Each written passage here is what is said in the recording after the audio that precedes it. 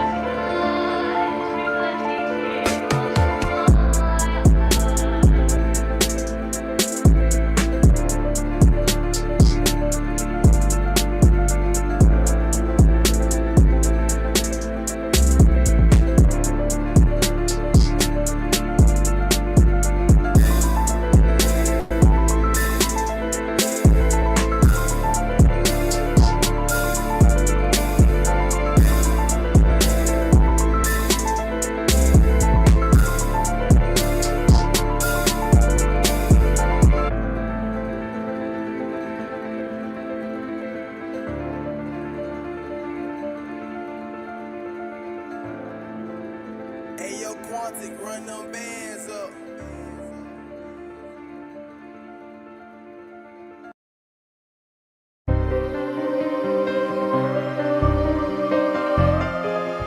We about to fire this thing up. Uno momento. Just rock out a little bit longer. We're almost there.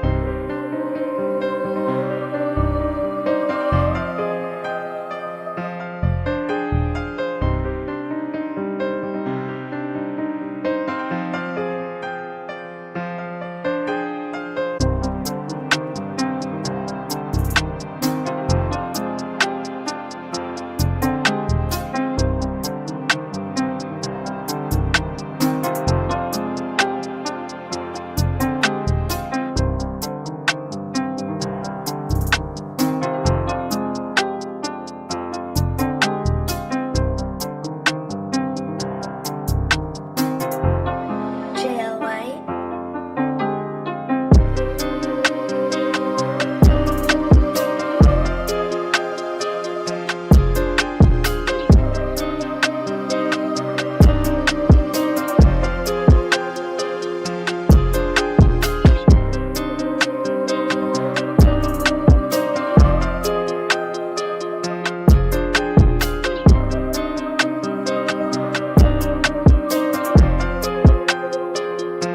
Hit that like button for me, y'all. Like the video. Throw a penny in the hat as you walk by.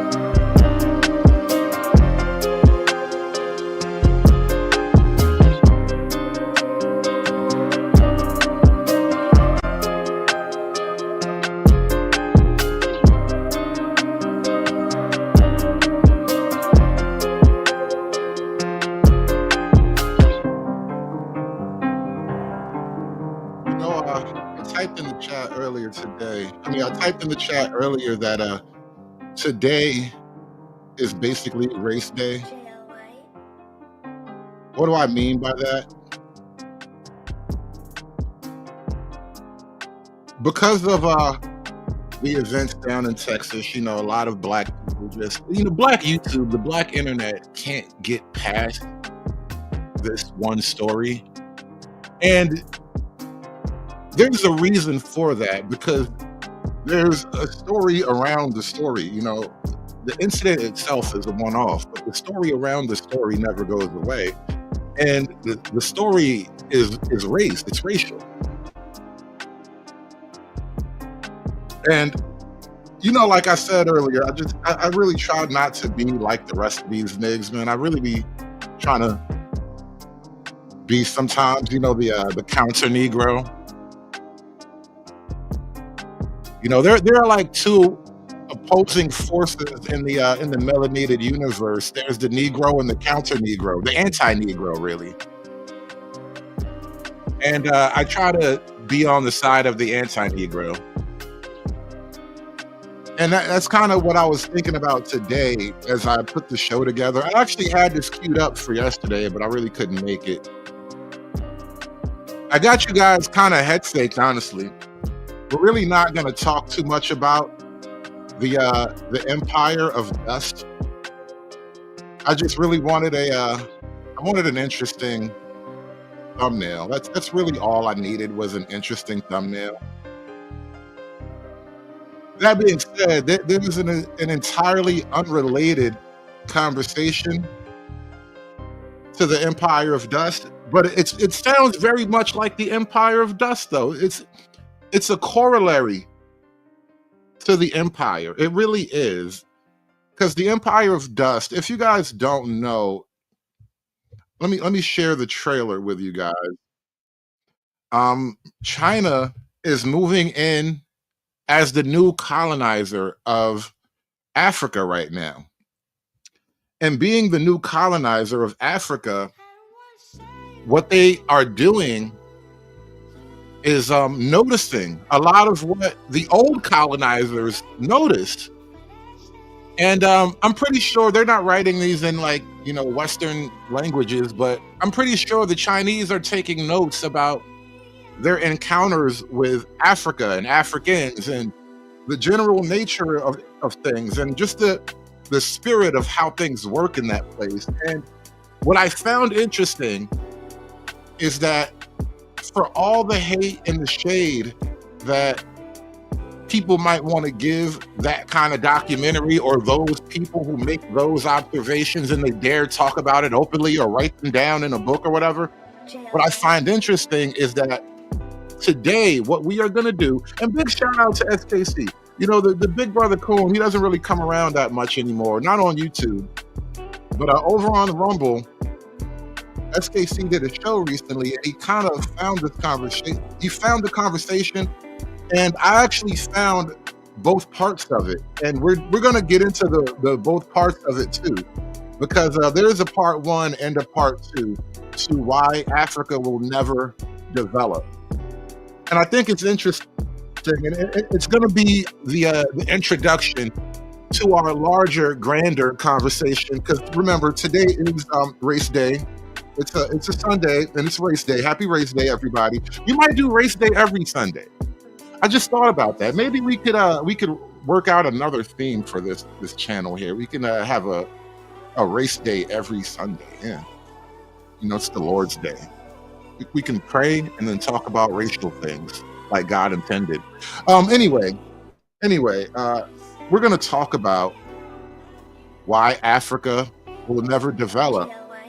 But we're not really going to rely on my witty conversation. My observations and my witticisms need not apply here. We'll just watch the little trailer, and you guys can get the general gist of where things are going to go. Before we move on, shout out to everybody in Rumble. Shout out to the Midwest Request with the $1 Rumble chat. He said, time to cross that line on the sand one more time. Yeah, once more into the breach. I don't know if these are the kind of conversations that got me demonetized the first time around, but damn it, I just can't go anywhere else and not be me. Everywhere I go, I gotta be me.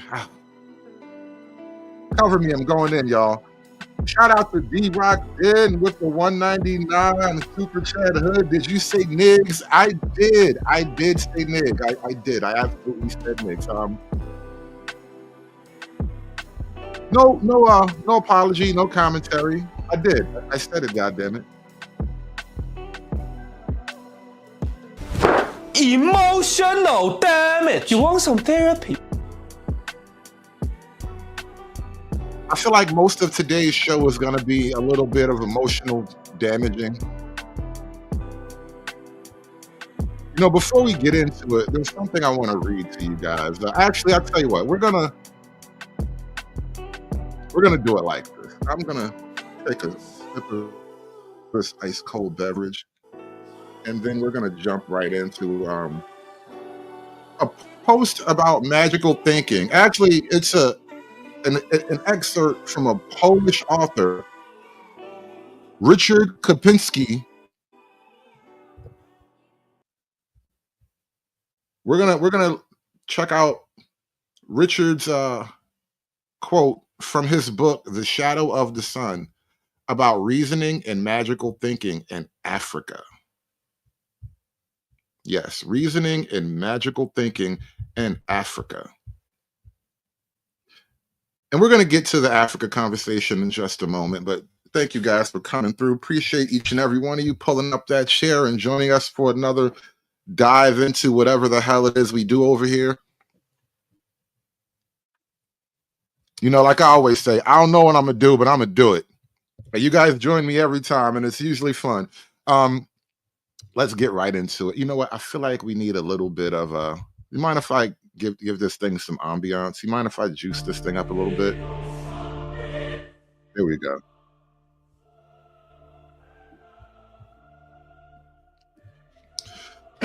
Excuse me. Got to get myself together.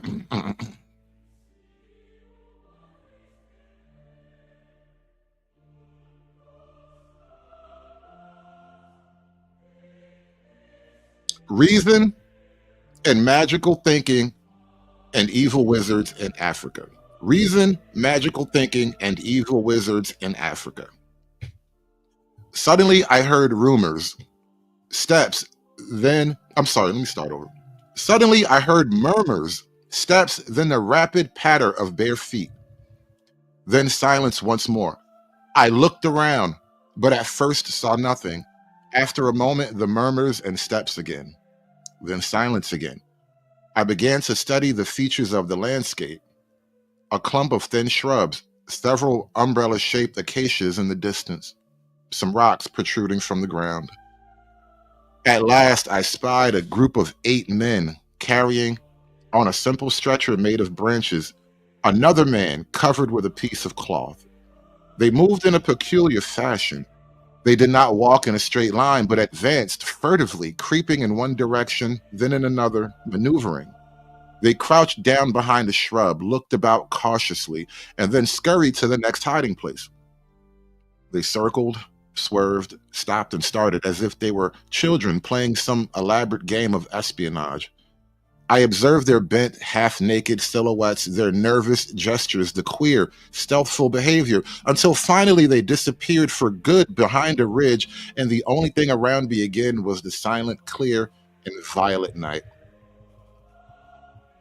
As dawn drove on, I asked Sabuya if he knew the name of the people in whose village we had spent the night. They are called Amba, he said. Then after a moment, he added, Kabila Mbaya. This means roughly bad people. He did not want to tell me anymore.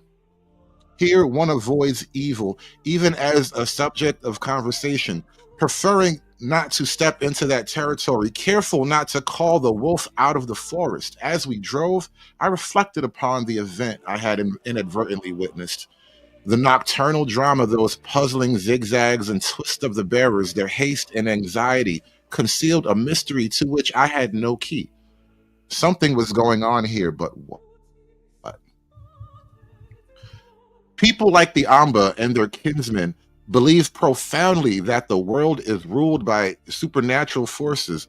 These forces in particular, spirits that have names, spells that can be defined. It is that they inform the course of events and imbue them with meaning, decide our fate, determine everything. For this reason, nothing happens by chance. Chance simply does not exist. Let us consider this example. Sabuya is driving his car, has an accident, and dies. Why exactly did Sabuya have an accident? That very same day, all over the world, millions of cars reached their destination safely. But Sabuya had an accident and died. White people will search for various causes. For instance, his brakes malfunctioned. But this kind of thinking leads to nowhere, explains nothing. Because why was it precisely Sabuya's brakes that malfunctioned? That very same day, all over the world, millions of cars were on the road and their brakes worked just fine, but Sabuya's were not. Why? White people whose way of thinking is the height of naivete will say that Sabuya's brakes malfunctioned because he failed to have them inspected and repaired in good time. But why was it precisely Sabuya who failed to do this? Why that very same day, a million, etc., etc.? We have now established that the white man's way of reasoning is quite unhelpful. But it gets worse. The white man, having determined that the cause of Sabuya's accident and death was bad brakes, prepares a report and closes the case. Closes it. But that is precisely now that the case should begin. Sabuya died because someone cast a spell on him. This is simple and self-evident. What we do not know, however, is the identity of the perpetrator, and that is what we now must ascertain. Speaking in the most general terms, a wizard did it. A wizard is a bad man, always acting with evil intent. There are two types of wizards, although our Western languages do not differentiate adequately between them. The first is more dangerous, for he is the devil in human form. The English call him witch. Again, that was an excerpt from a Polish author's book, Richard Kapuscinski, excuse me, from Polish names, The Shadow of the Sun, about reasoning and magical thinking in Africa. Give me a moment here. Let me scroll back for these super chats. Appreciate you guys. Let me check out what you guys have been talking about here. American Man with the $2. That didn't last long. Welcome back, Master Hood. Hey, look, I am still a good boy, damn it. I am still a good boy, all right? I don't know what you're talking about. Toby be good nigga for massa. Good nigga. Don't send Toby away. All right, I was a good boy. I don't know what this American Man is talking about. YouTube algorithm gods, don't listen to him. He's a crazy Negro. Shout out to Big Time with the $5 Rumble chat. You should read the book Negroes in Negroland, which was written in 1865. Thank you, Big Time. And I am aware of the book Negroes in Negroland. I haven't read it, obviously. It's a difficult book to get one's hands on. But I will tell you this. I am not unfamiliar with Negroes in Negroland. And it is shocking the first time around. Let's put it like that. It's not for the faint of heart pro-black reader. It's definitely a shock to the system.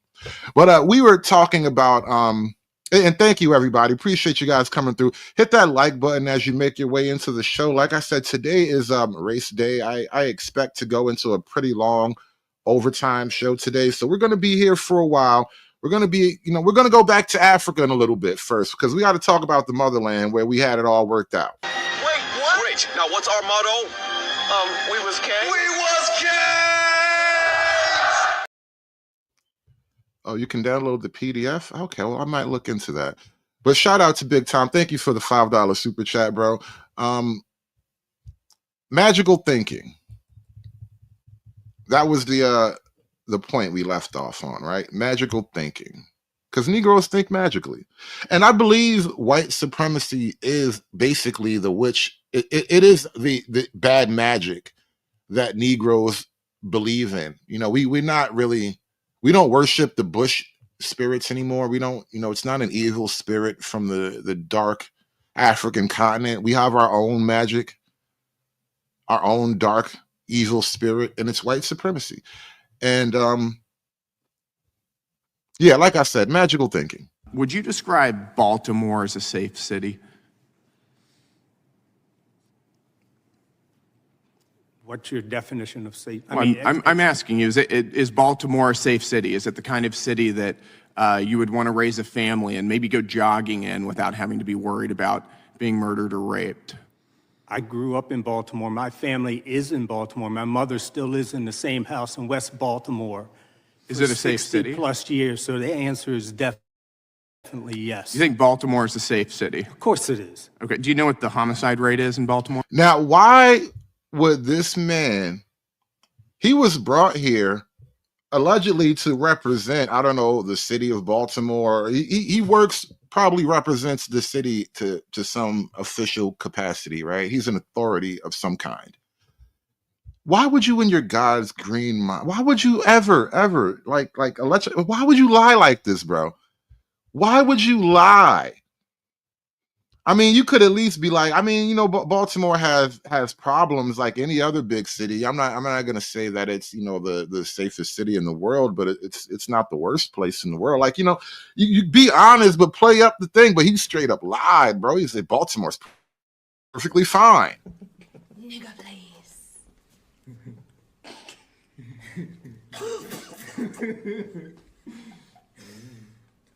Serious.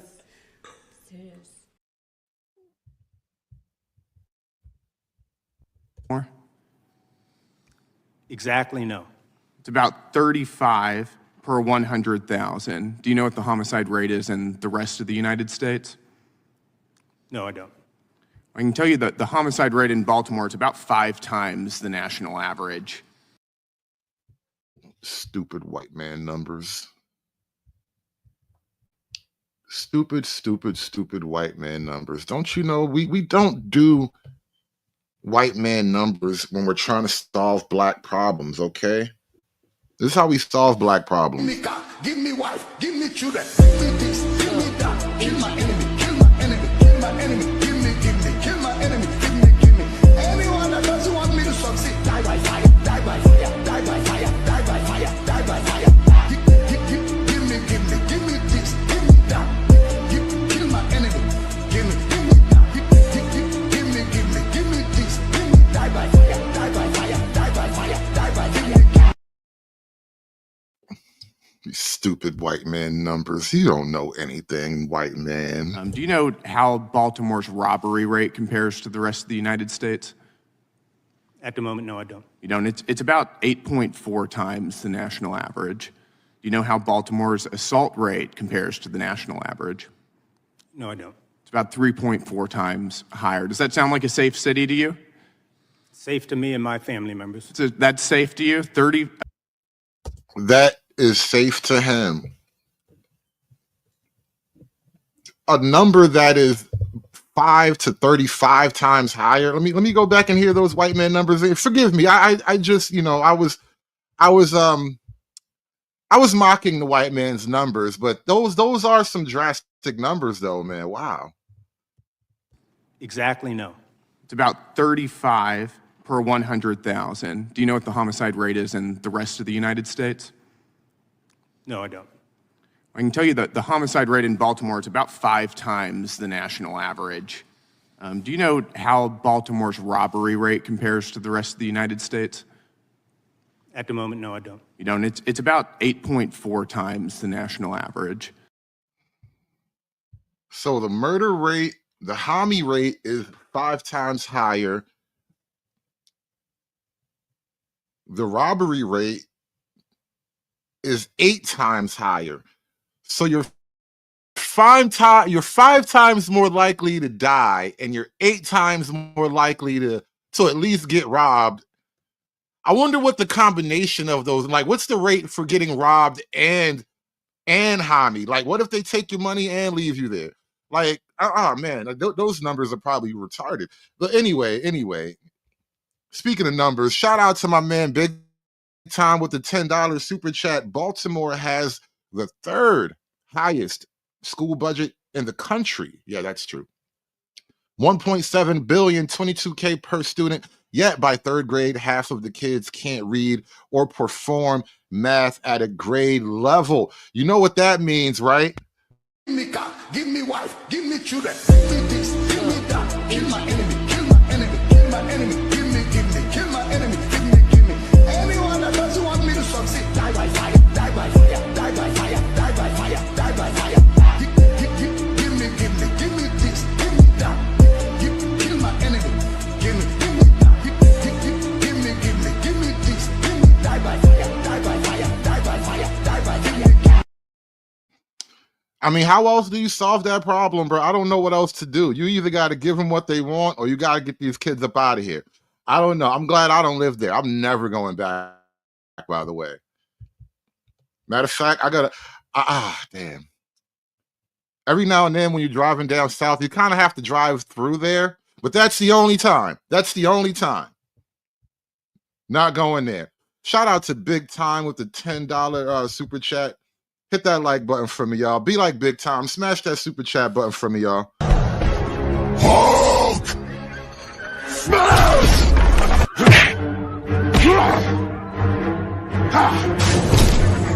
Smash you!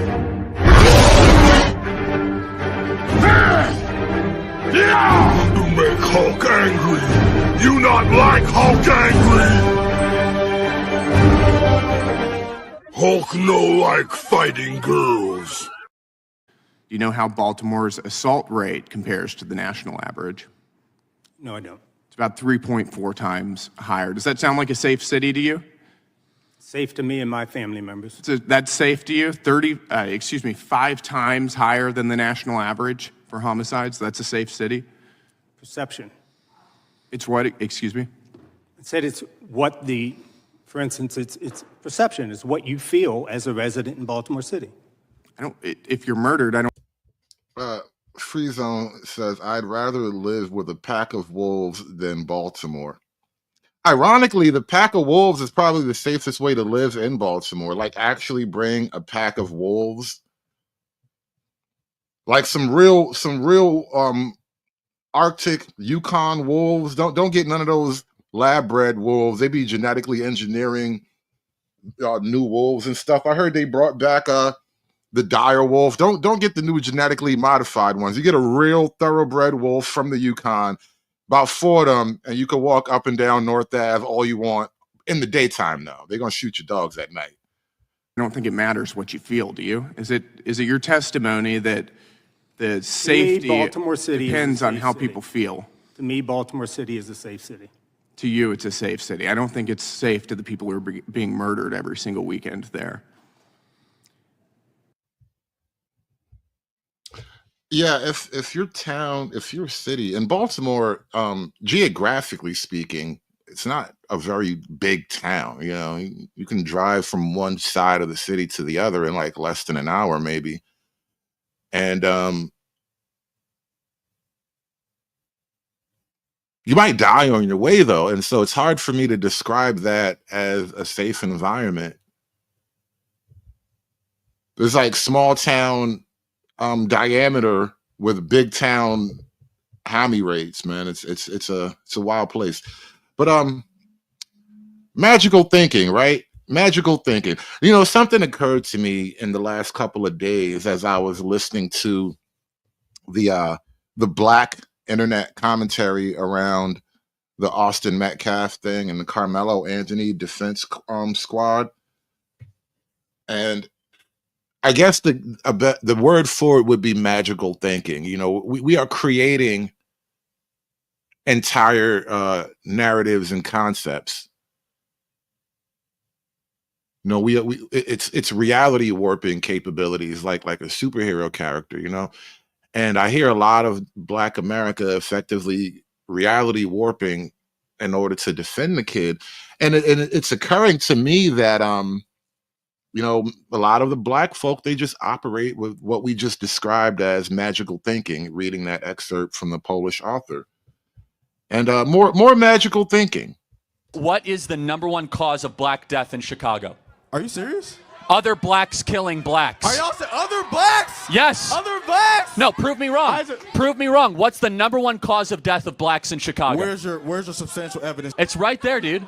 It's the real-time vetted Where crime. does it say it? Where does it say that it's African American? Look at the map. It says right there. Where does it say that it's African Scroll down. It Americans shows doing by this? race actually there. Are you just seeing that it's No. people being killed, or are Tell you me. saying that it's Right there, by African-Americans? race. Right there. Boom. Owned. Who is killing them? Who is killing African Americans? Yes. People are killing people. No. What race is killing them? Why are y'all trying to act like African Americans are just solely murdered? People. Why are you putting this magic on me? Do not put this bad spell on me. This wicked, wicked magic. Evil white man magic. No, I will not accept this evil white man magic. Shout out to my man Ivan with €5. Black gang members attract too much attention with violent crime.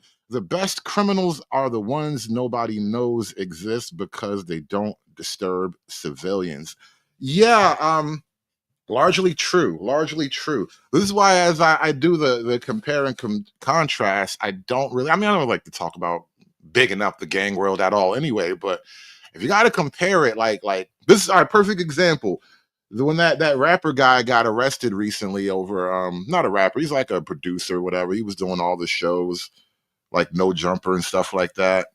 And he got taken down in some big gang thing. And it's like, all he seemed to do was extort and, you know, clip a few people here and there. It's like, you know, you had all this positioning. You could have done so much more. Even being a criminal underworld figure, all you want to do is bully and rob? Like, come on, bro. You have no imagination for the position you hold. You don't deserve to be a criminal. You know what other guys would have done in that?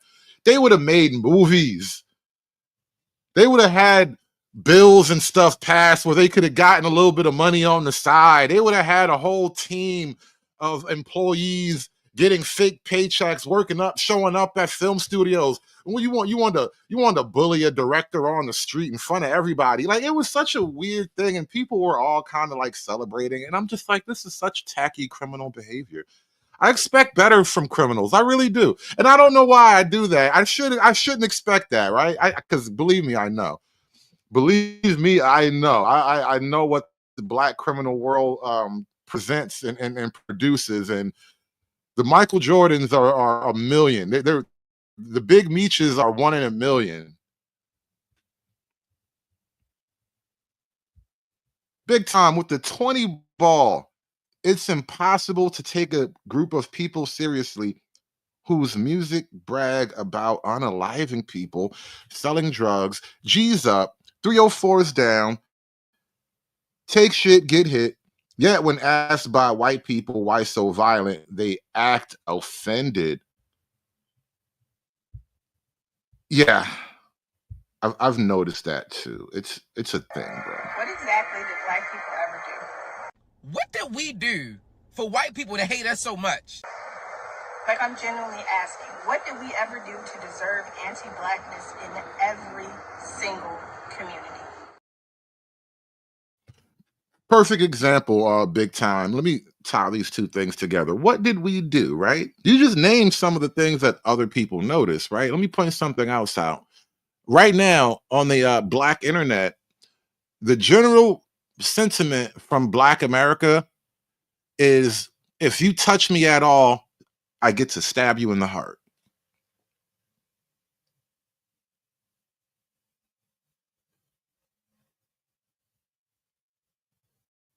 If you touch me at all, I get to put this knife in your chest. And a lot of Black America, at least on the internet, they're like, yeah, serve them right. Damn right. Don't touch me. I'm like, bruh, this is why we racism. Blacks killing blacks. Are y'all saying other blacks? Yes. Other blacks? No, prove me wrong. And big shout out to Big Time with the 20 ball. Thank you for supporting the show, bro. Hulk! Smash!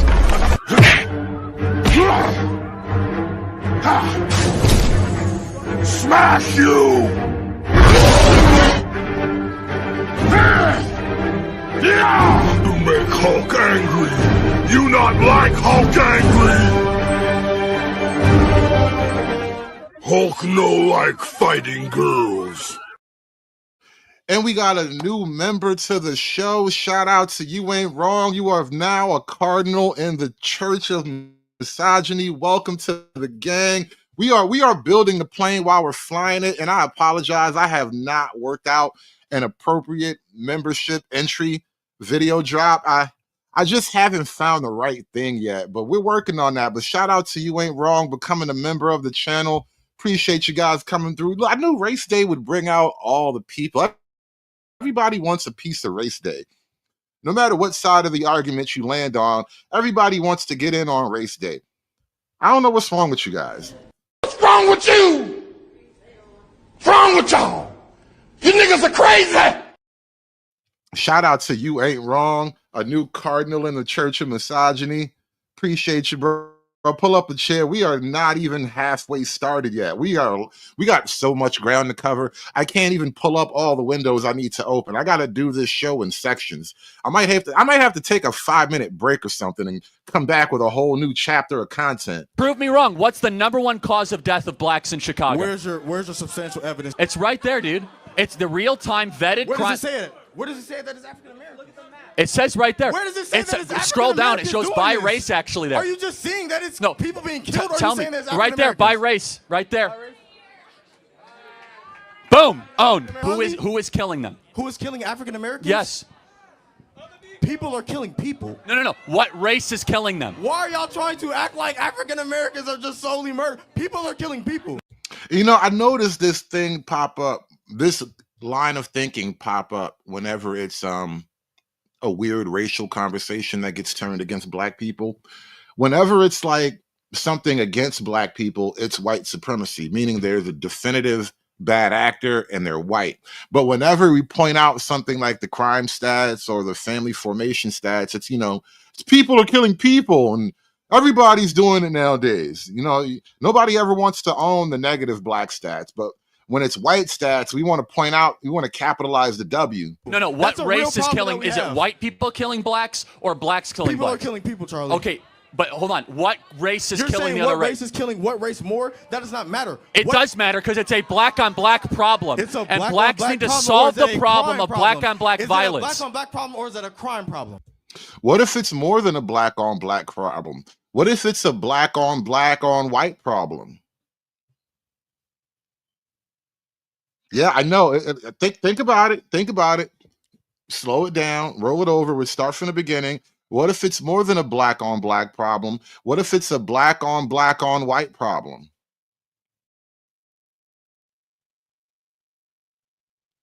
It's too hard. It's too many. It's too difficult. Never mind. I don't want to think about it no more. It's a black-on-black problem that is a crime problem. Somehow, if it was a black-on-black problem, it's a crime problem. It's systemic injustice. That the police have not enough funding. Saying, these races might have a easier time with policing, and they're going to have nearly response time of 2 seconds. Wait, it's the police's fault that so many blacks are killing other blacks? Who just said that? You did. I said that? Yes. No, but please. I want you to tell me, why is it that black Americans are 13% of the population, yet they commit 55% of the murders? Damn. And yeah, we revived the 1350 number over the years. 5-10 years ago, 1350 was all the rage. All the memes had 1350.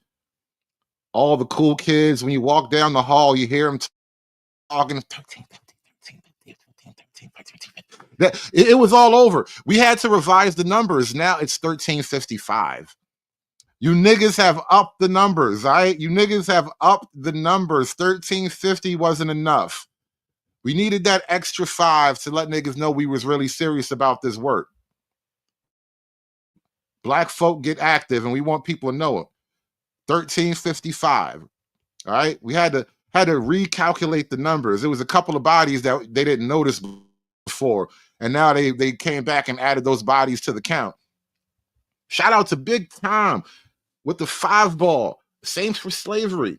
Blacks say slavery against them was the worst, and white people say everyone had slavery. That is true. That is true. Slavery low-key built the world. I mean, look, there might have been, aliens, and there might have been giants, and we might have had crazy giant technology to move stuff around. We might have had all that too, right? But let me tell you, let me try something out, right? If you want to build an impossible project with giant megalithic 8-ton, 12-ton blocks of stone, try Infinity Slaves. I'm telling you, there's nothing like Infinity Slaves if you want to get a job done. If you just really want a thing done, Infinity Slaves is basically how the world used to work, all right? There was no problem that Infinity Slaves couldn't handle. And I'm just saying that back in the day, everybody wanted to have Infinity Slaves. Everybody must eat! Everybody must eat! Everybody must eat! Everybody must eat! Yes! I haven't said if Martians here, they would have been slaves too. Hey, listen, I can't wait until we go out into the universe and actually conquer the galaxy. That's the one thing that would unify America. It is like Starship Troopers. We could get the whole world on board if we just found some other people that we could all oppress, but out in space though. We could really listen, racism is the cure. I'm trying to tell you this shit. If we actually went out into the universe and found some beings that we could oppress, we could unify in our global Terran racism, and we could just conquer the globe, or the galaxy rather. We could just go from planet to planet, conquering and taking shit over, building Burger Kings and Starbucks and stuff like that. Albert says, I would like to know more. All right, we're getting a little too happy. We're getting off track here. We're getting off track. We're focusing on Africa. I got a little too happy. I started dreaming. Forgive me. I started dreaming. Wait, it's the police's fault that so many blacks are killing other blacks? Who just said that? You did. I said that? Yes. No, but Girl, no, please. I want you to tell me, why is it that black Americans are 13% of the population, yet they commit 55% of the murders? Where can you show me that? Again, anyone near you can ChatGPT show you the has shown stats, right? proven It's data right that there. is- Look. Man, Let's read it. 70% of offenders were African American. Wait.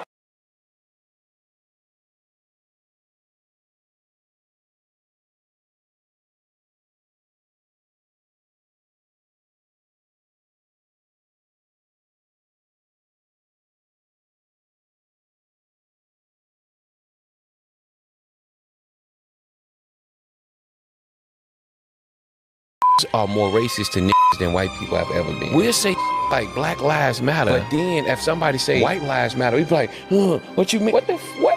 It's like what we don't see that we make it seem like we the only people that matter on this planet, and that's a problem because then we start to see that other people go through things too, but only our problems is the most important based off what they say, slavery, all that stuff. But everybody been through things, and not to say that we haven't been getting a end of the stick, but the problem is that the You know what I find interesting about this clip? And I'm going to start it over. I know I was muted up for a second. Just forget everything you never heard me say anyway.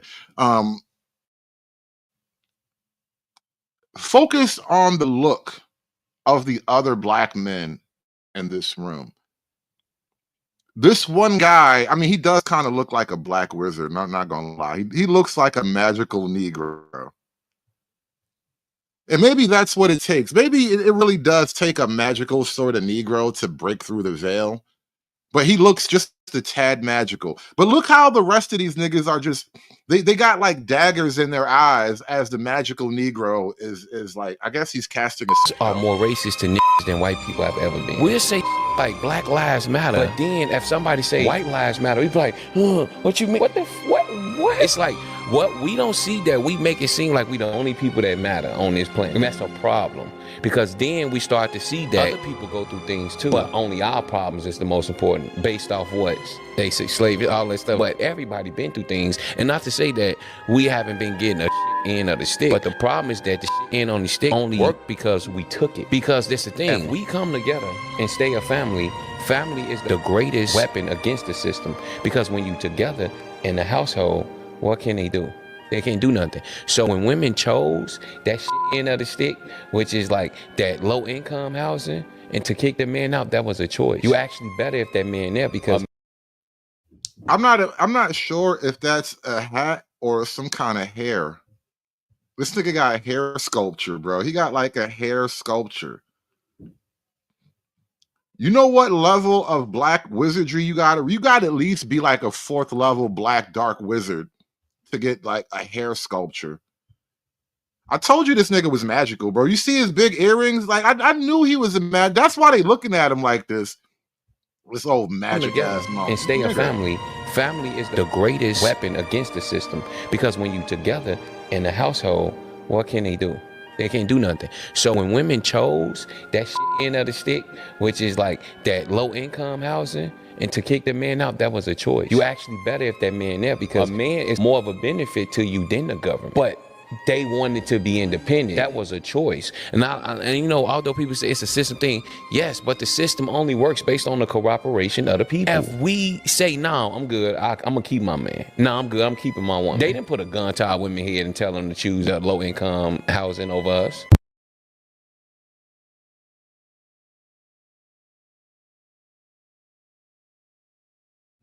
Yeah, he's just too magical.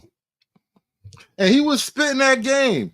But he like, all I see is a magical Negro with big hoop earrings and shit. I don't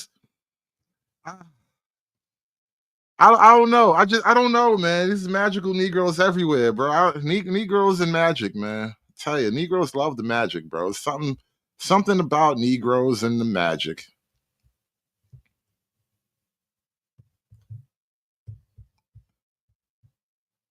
We gotta hear a word from my YouTube uncle.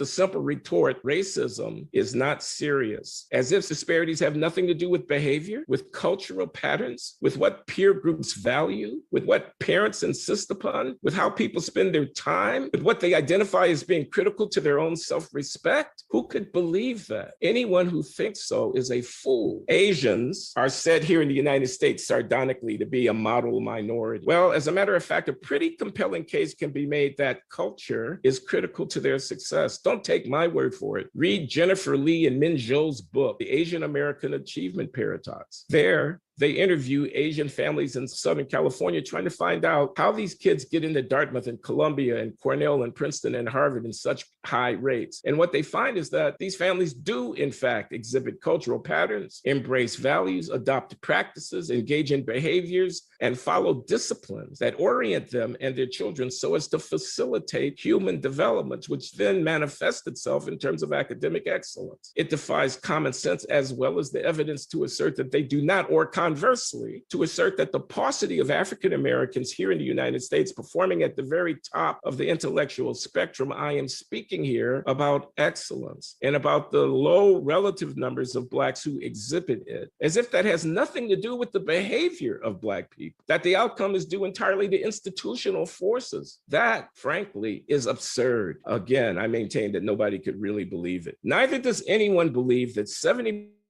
of African American children being born to a woman without a husband is either a good thing, nor do they believe that it's due to anti-Black racism. They say it, but they don't believe it. They are bluffing.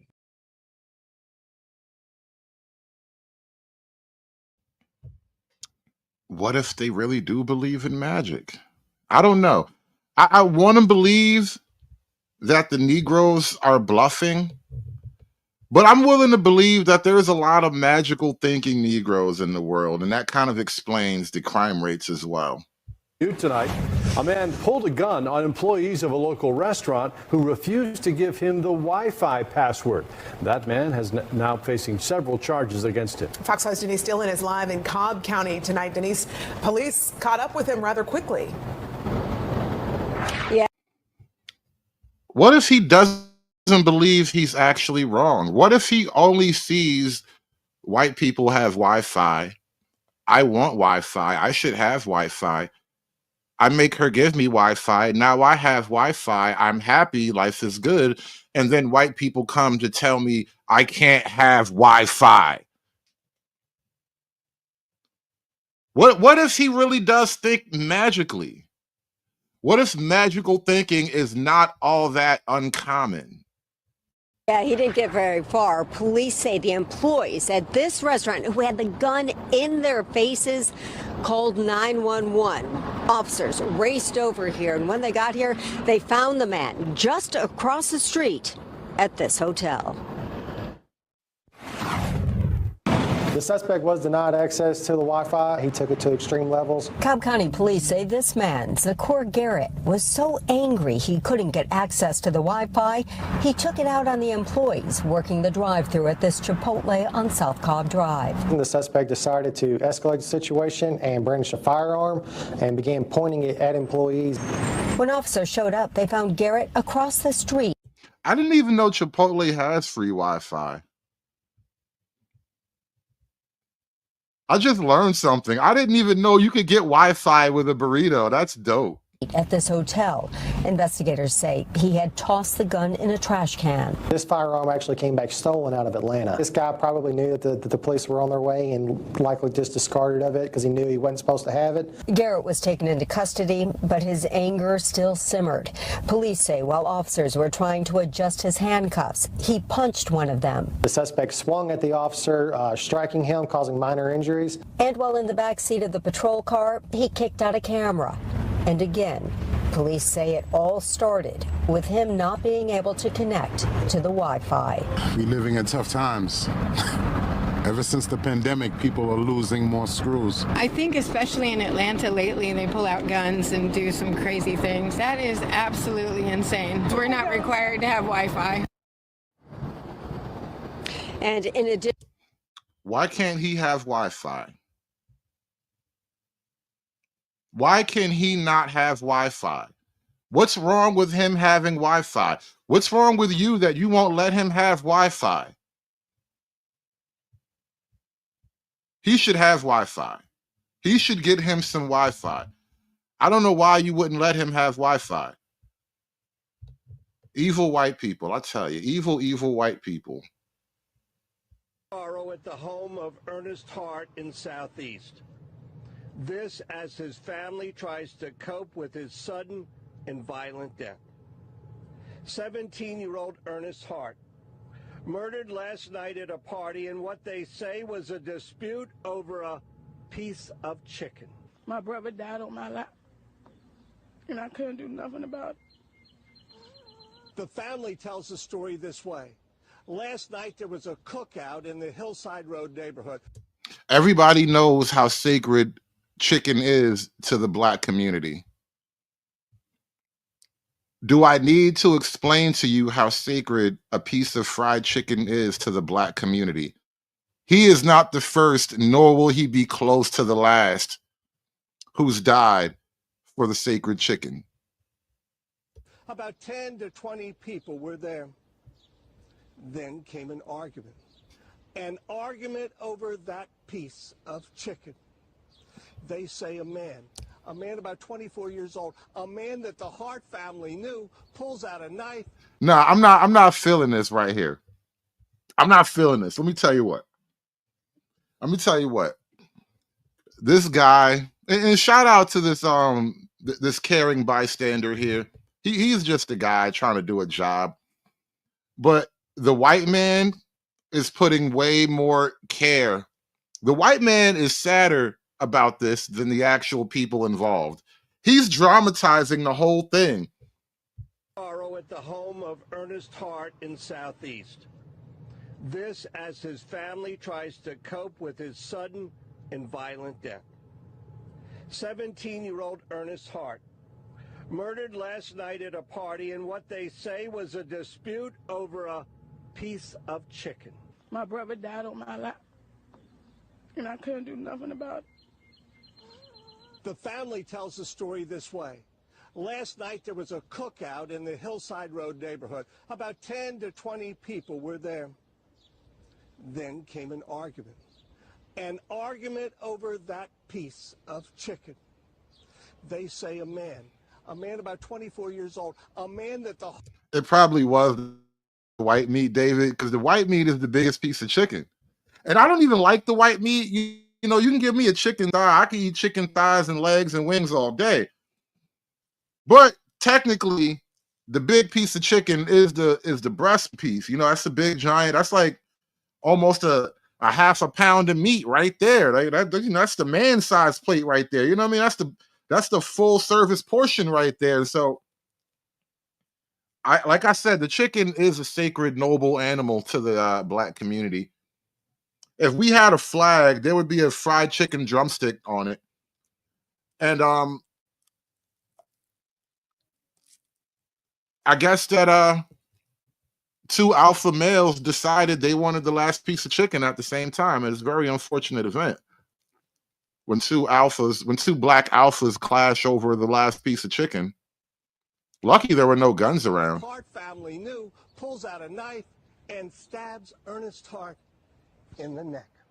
As man, all of us turned around, all we seen was blood just dripping from my little brother, and he fell to the ground. But this whole argument started over a piece of chicken. Ernest Hart was one of... Holy crap. You know what that just sounded like? He literally sounded like Austin Metcalf's brother who survived the whole incident. That is almost word for word the statement given by Austin Metcalf's twin brother. In the neck. As man, all of us turned around, all we seen was... I mean, if you account for the accent and the Negro speak or whatever, he damn near word for word gave the same statement as Austin's twin brother. I just noticed that. It's weird. As man, all of us turned around, all we seen was blood just dripping from my little brother, and he fell to the ground. But this whole argument started over a piece of chicken. Ernest Hart was one of 8 children. Ernest Sr. is his dad. He says he knows the suspect. You know the guy? Yes, I know him. He used to come in my house all the time. Why would he kill your son?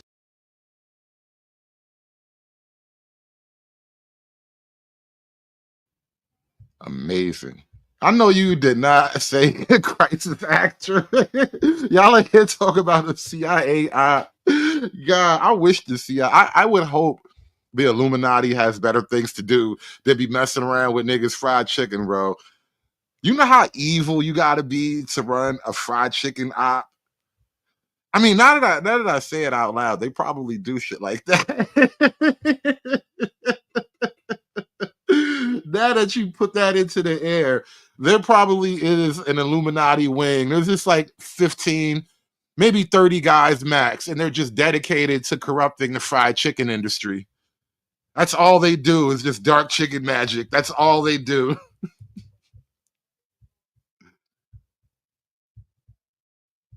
Like you go into the African drum language, which just white boys stole it and called it the Morse code. They took that same pulsation and rhythm, and now they call it the telephone. They took the same pulsation and rhythm, and now they call it a computer, which is nothing but an African drum. But if you don't attach people to the computer, you don't see it. So like you go into the African drum language, which just white boys stole it and called it the Morse code. Yeah, white people, we want our Morse code, all right? I want reparations for Morse code, all right? You just gonna work that number out, and then you add that to my reparations check when you work out the final tally. We on to you people, all right? I just want you to know we coming for our stuff, man. We are coming, and we want what's ours. I want what's coming to me.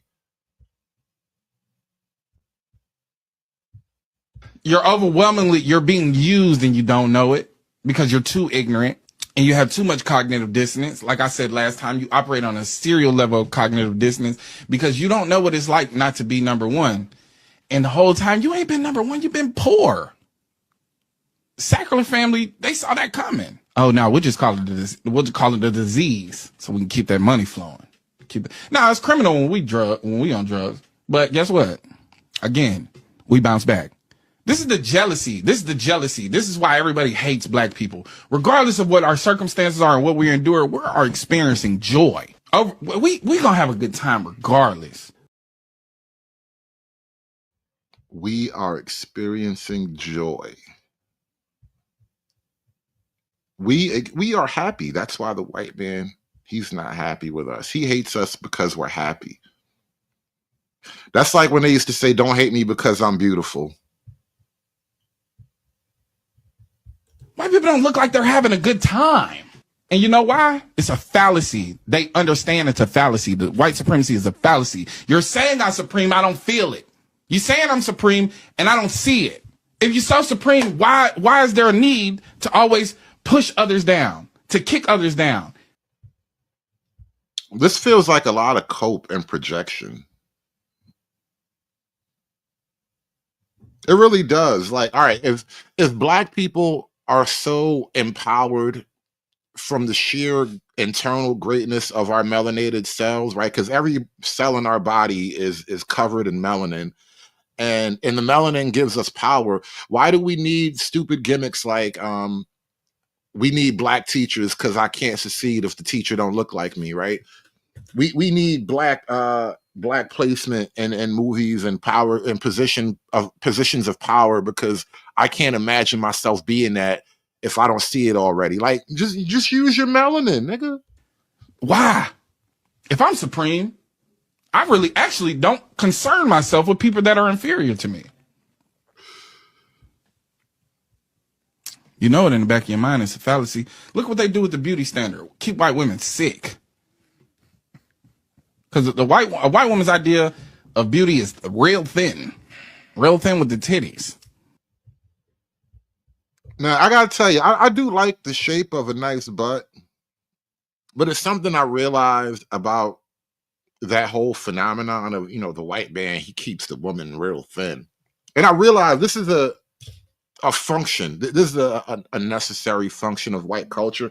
And black men largely just can't pull this off. And I think black men criticize that from a point of weakness, but it's like this, right?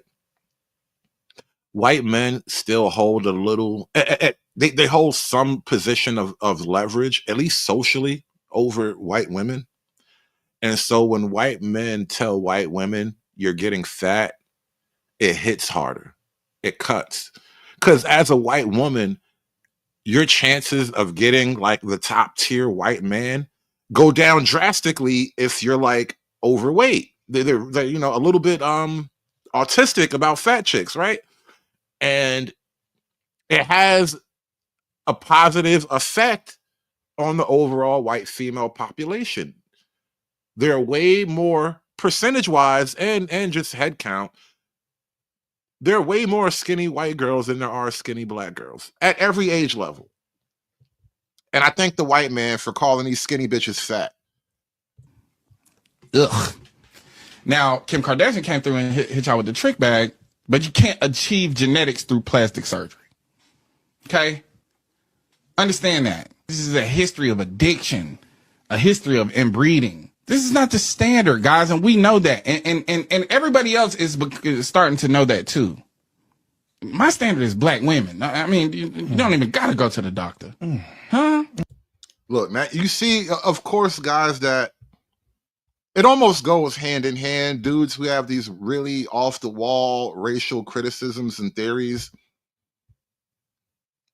they have to simp too. But I want to address this simping allegation. Do I simp for black women? Yes. I love black women. I don't like y'all niggas. This is an easy decision to make. Sorry.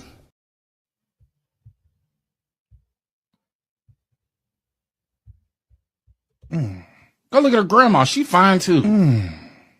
We have a host of problems, but their beauty standards is unachievable, and especially for us, we have to create our own beauty standards. Like, this is the thing. We're in a space. All right, cool. We understand what the play is. We're going to wipe our slate clean, and we're going to start building our own blocks. And if they come fucking with us, we're going to respond. We're going to respond. When we defend ourselves and they try to paint them as a villain, and we go support. We can't undo the situation. But I don't even know what the hell this fat nigga talking about no more. But I think now is a good time, because he was talking about, getting our stuff together and fixing the community. He wanted to wipe the slate clean and act like none of these things that happened ever happened. And even if you were able to do that, you still have that problem of no matter where you go, there you are. Let's take a look at the Empire of Dust. 哎呀，工地上这个设备啊，这真的是损坏严重的很。尤其他们这个黑人开车，他们这个开车伤车伤得很厉害。When a black guy drives a truck, he does a lot of damage. Now, this is a documentary about the experience of a lot of the Chinese people who went into Africa to open up industries and whatnot. 其实在国内啊。 大家把这车保存的好的，像3、4年的车都是最好的车，最青壮年的车，最好的。在这我们这车都是才2、3年的车，都已经都破烂不堪了。他这个操作，他他们这个黑人司机啊，他这个一起步啊就想飞。你看他一起步，那个车轮就在底下打转，他对这个车轮磨损也严重。他这个转这下子，那这个跑公里那都少跑好几百公里。 哎，这他妈的笨的，真的是。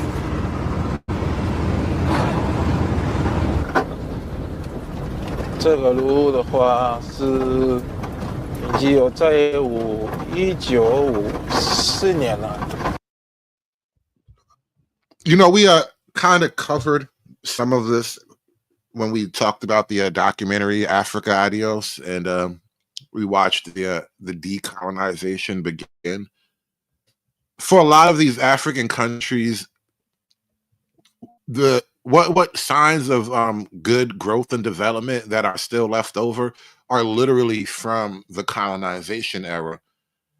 And a lot of this documentary, it kind of talks about, well, there is a part in this documentary where the Chinese guy says flat out, you got left all these great things from before and you never learned how to maintain any of it, and now everything's falling apart. 1954年那个僵尸之后，那个50多年了，50多年了，对。50几56年，快56年。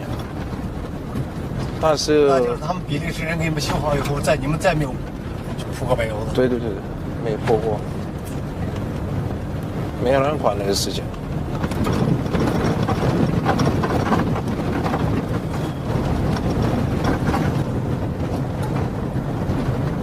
Avec lui, quand on parle, tu auras l'impression comme si on se chamaille. Non, c'est sa façon de parler. Il parle comme ça. C'est sa façon de parler. 我那时晚上有事，我那时赶上有些放。 He says, I also noticed there was sometimes fuel missing from the generator. These thieves make you angry. I love to drag them and beat them up in front of the other blacks. Ooh, that's how you fight crime. You got to make an example out of these Negroes. Or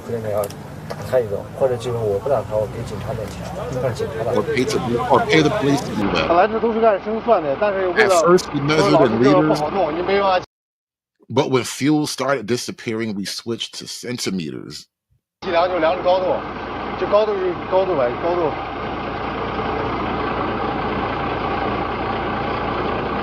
升的是刚6厘米是吧？每天下班时候给他量一下高度，你看这个高度。 They have to measure it at the end of each day. 还有昨天的。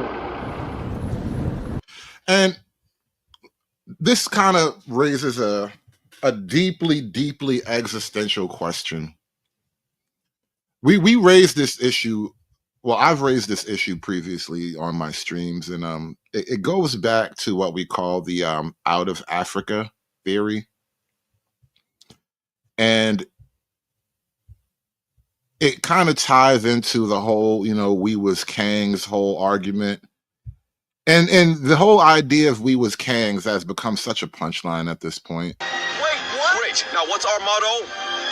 We was Kangs? We was Kangs!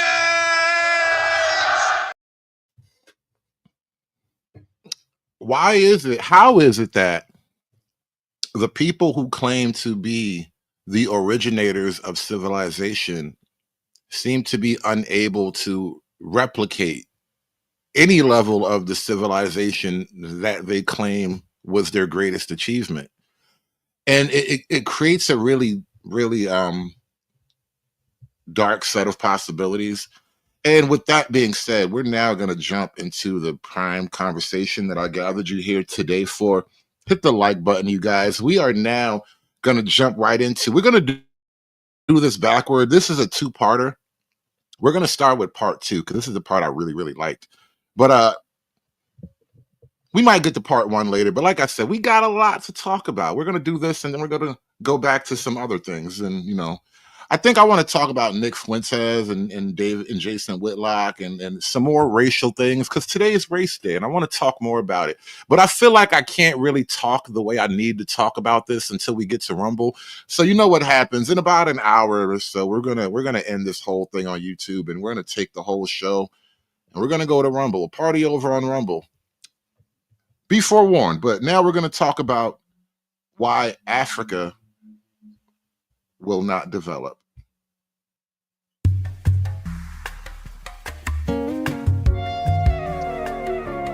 And what's really interesting about this conversation and the series of conversations, because I believe this guy's channel is almost dedicated to having the difficult conversations that Black people globally are unaccustomed to having. And so a big, big shout out to Frank Zanu with the Zanu Project Rethink. I don't really know his personal resume. All I've learned so far is that he's a writer, and he's a motivational speaker, whatever that really means. But I like this kind of conversation. So I like where this is going. And no, Ian, Ian, sadly, we don't have a Cash App. I have a Venmo and I have Super Chats. Ian, we got Super Chats now. I lost my Cash App, but I re-earned privilege into the Super Chat gang. So it's either Venmo, Super Chat, or Rumble Chat. You can go to Rumble and you can do the Rumble Chat thing, man. But either way, those are your options, buddy.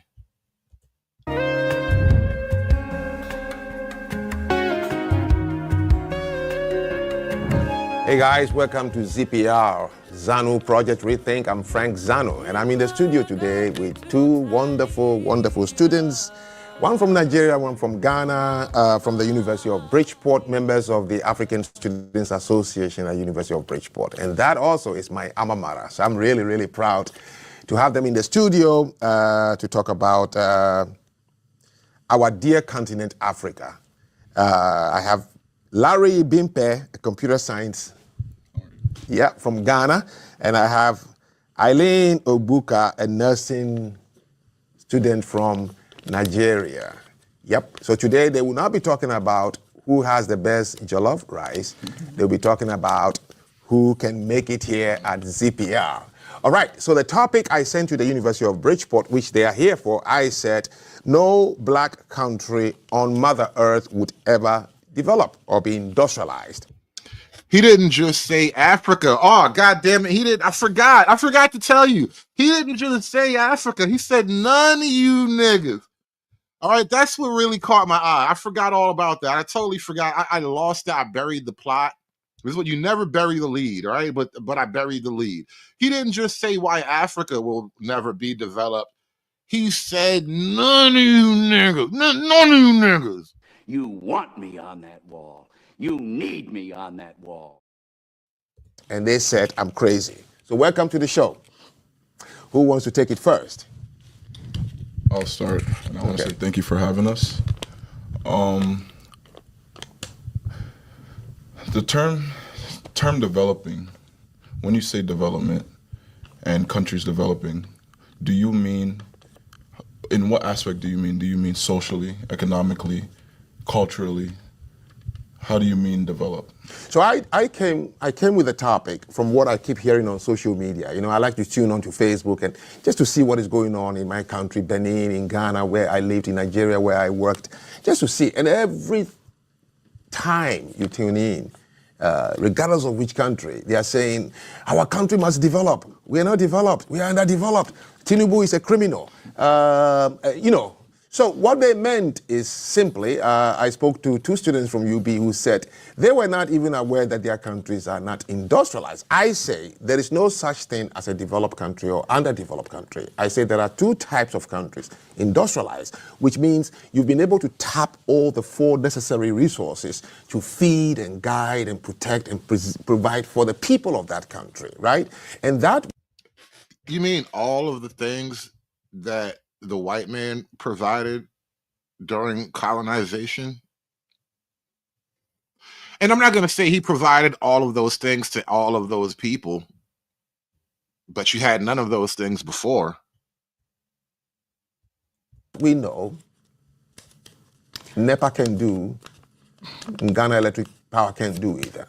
So I meant in terms of the people who live in the country, the things they need, just like as you find. I've lived in America for 32 years, and my light has never blinked. So development means the physical development that people can have access to. Yeah, if you live in America and your lights are blinking, it's because you did something wrong.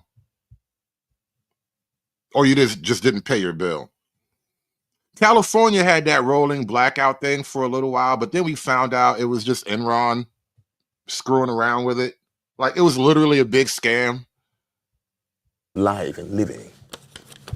Well, I don't agree with you. I don't think it's true that no black country will ever develop.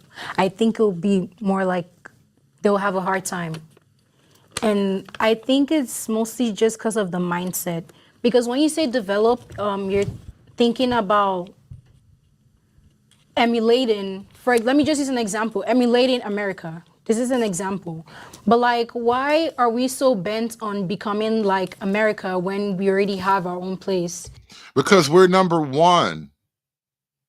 That's literally an inescapable reality. Even if it's not like America, if you want to be the best in terms of like first world nations, then the model is other first world nations. So if you're not going to be like America, well, you're going to be like Japan. I dare you to be like Japan. I dare you. America is making it easy for you, all right? Being like Japan, that's like nationalism on hard mode. So like people want us to develop and like mud houses, for example. Those things are, will I say, dying off. So when you say develop, people want us to be like, have those, will I say, skyscrapers and those machines, when we already have things of our own. We already have something we can work on. So you are. I don't even know what you mean when you say that. What the hell does that even mean? This is why y'all can't develop, because you can't even communicate ideas properly. Like mud houses, for example. Those things are, will I say, dying off. So when you say develop, people want us to be like, have those, will I say, skyscrapers. You ever seen a 5-story mud hut? You ever seen a mud hut taller than 2 levels? Like, I don't even know if you can go an extra level with a mud hut. And those machines, when we already have things of our own, we already have something we can work on. So your disagreement is that, no, we are already developed. No, I didn't say that. So what are we?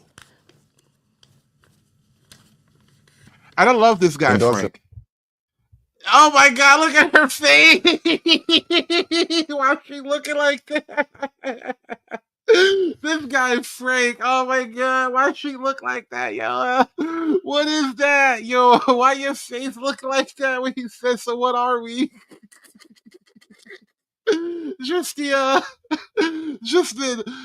embarrassment. Like, I can tell you're fighting, you're choking down the internal embarrassment because the whole world is telling you how awesome you really are. Like, the entirety of Western world, you would think the Western world exists to tell Black people how great we are. We are absolutely winning right now. Absolutely. We have done more than change the conversation. We changed the balance of power in the federal government. Yes. But what are we? What are we? That's all he asked her. Yeah. You all that talk, yo, but what are we though? And now she just looks stuck, bro. She looks stuck. This guy Frank is a beast with like the Frank questions. Frank is Frank. Machines, when we already have things of our own, we already have something we can work on. So your disagreement is that, no, we are already developed. No, I didn't say that. So what are we? Industrially, what are we? Industrially, underdeveloped. Exactly. I think when we... Damn, it looked like he just broke her spirit. He just broke her spirit. Oh, God.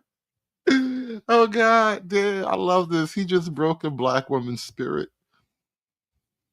Damn, you don't even get to see this that often. He just broke a Black woman's spirit.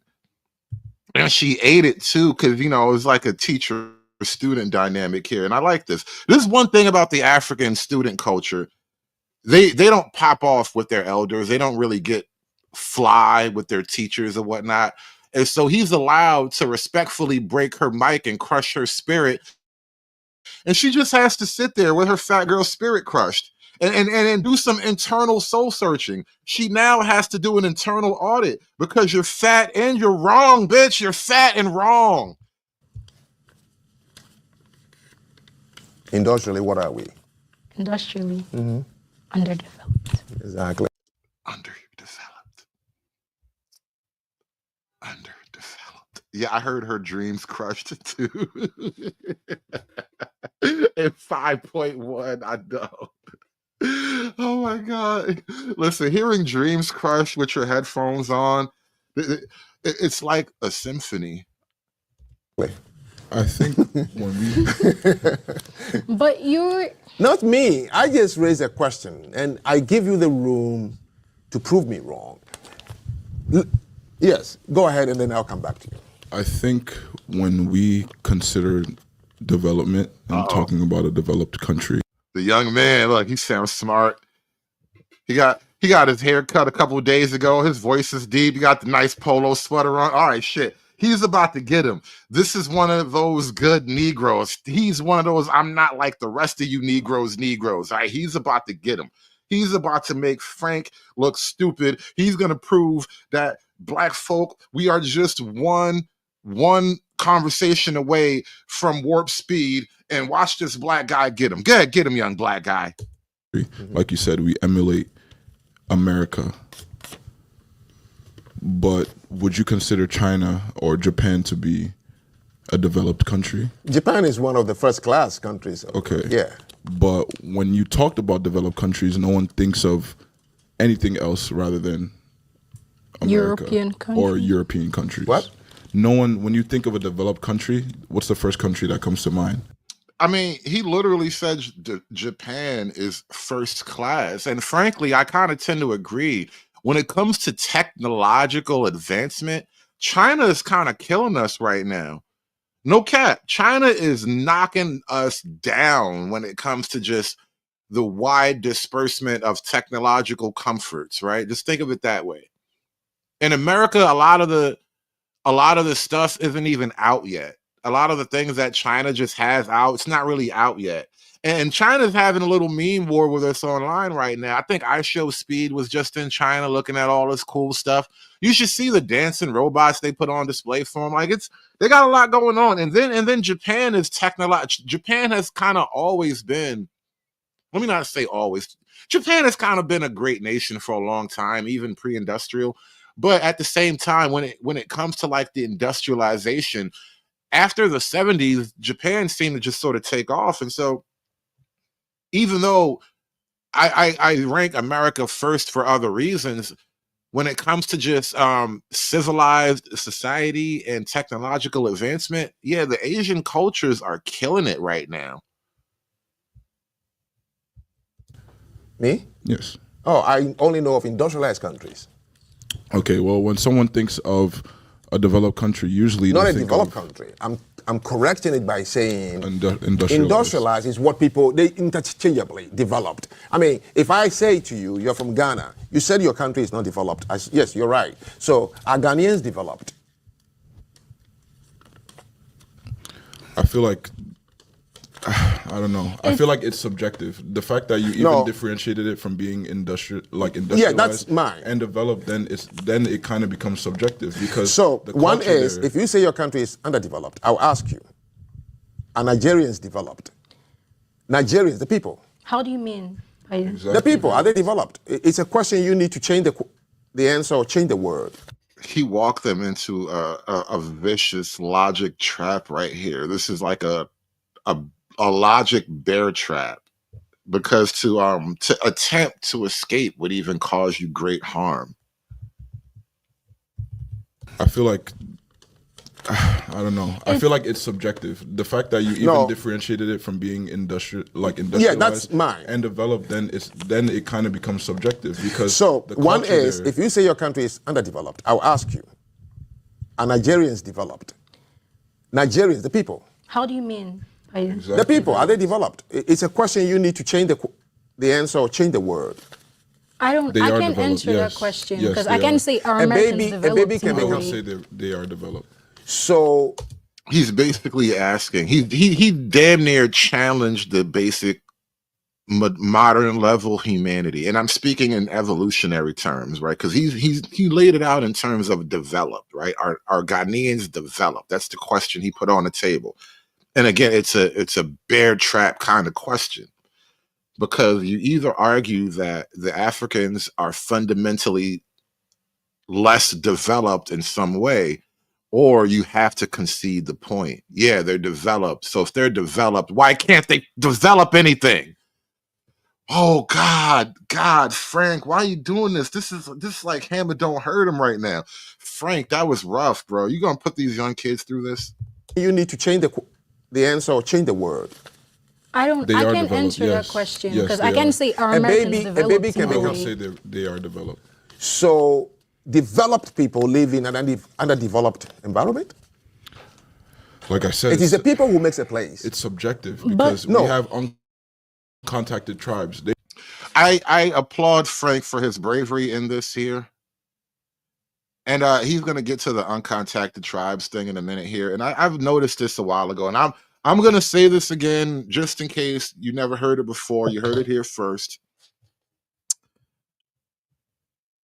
The few remaining Stone Age tribes that exist in the world are all people of color.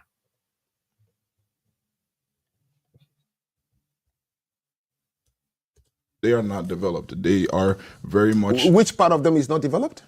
They don't have any type of infrastructure, no influence, no Western influence, not even there's no influence at all. So they live their life rurally. They live their life to their own means. They go and they hunt. They still hunt, and they hunt for their food, and they cook. Their environment is not industrialized. It's not. No. That's right.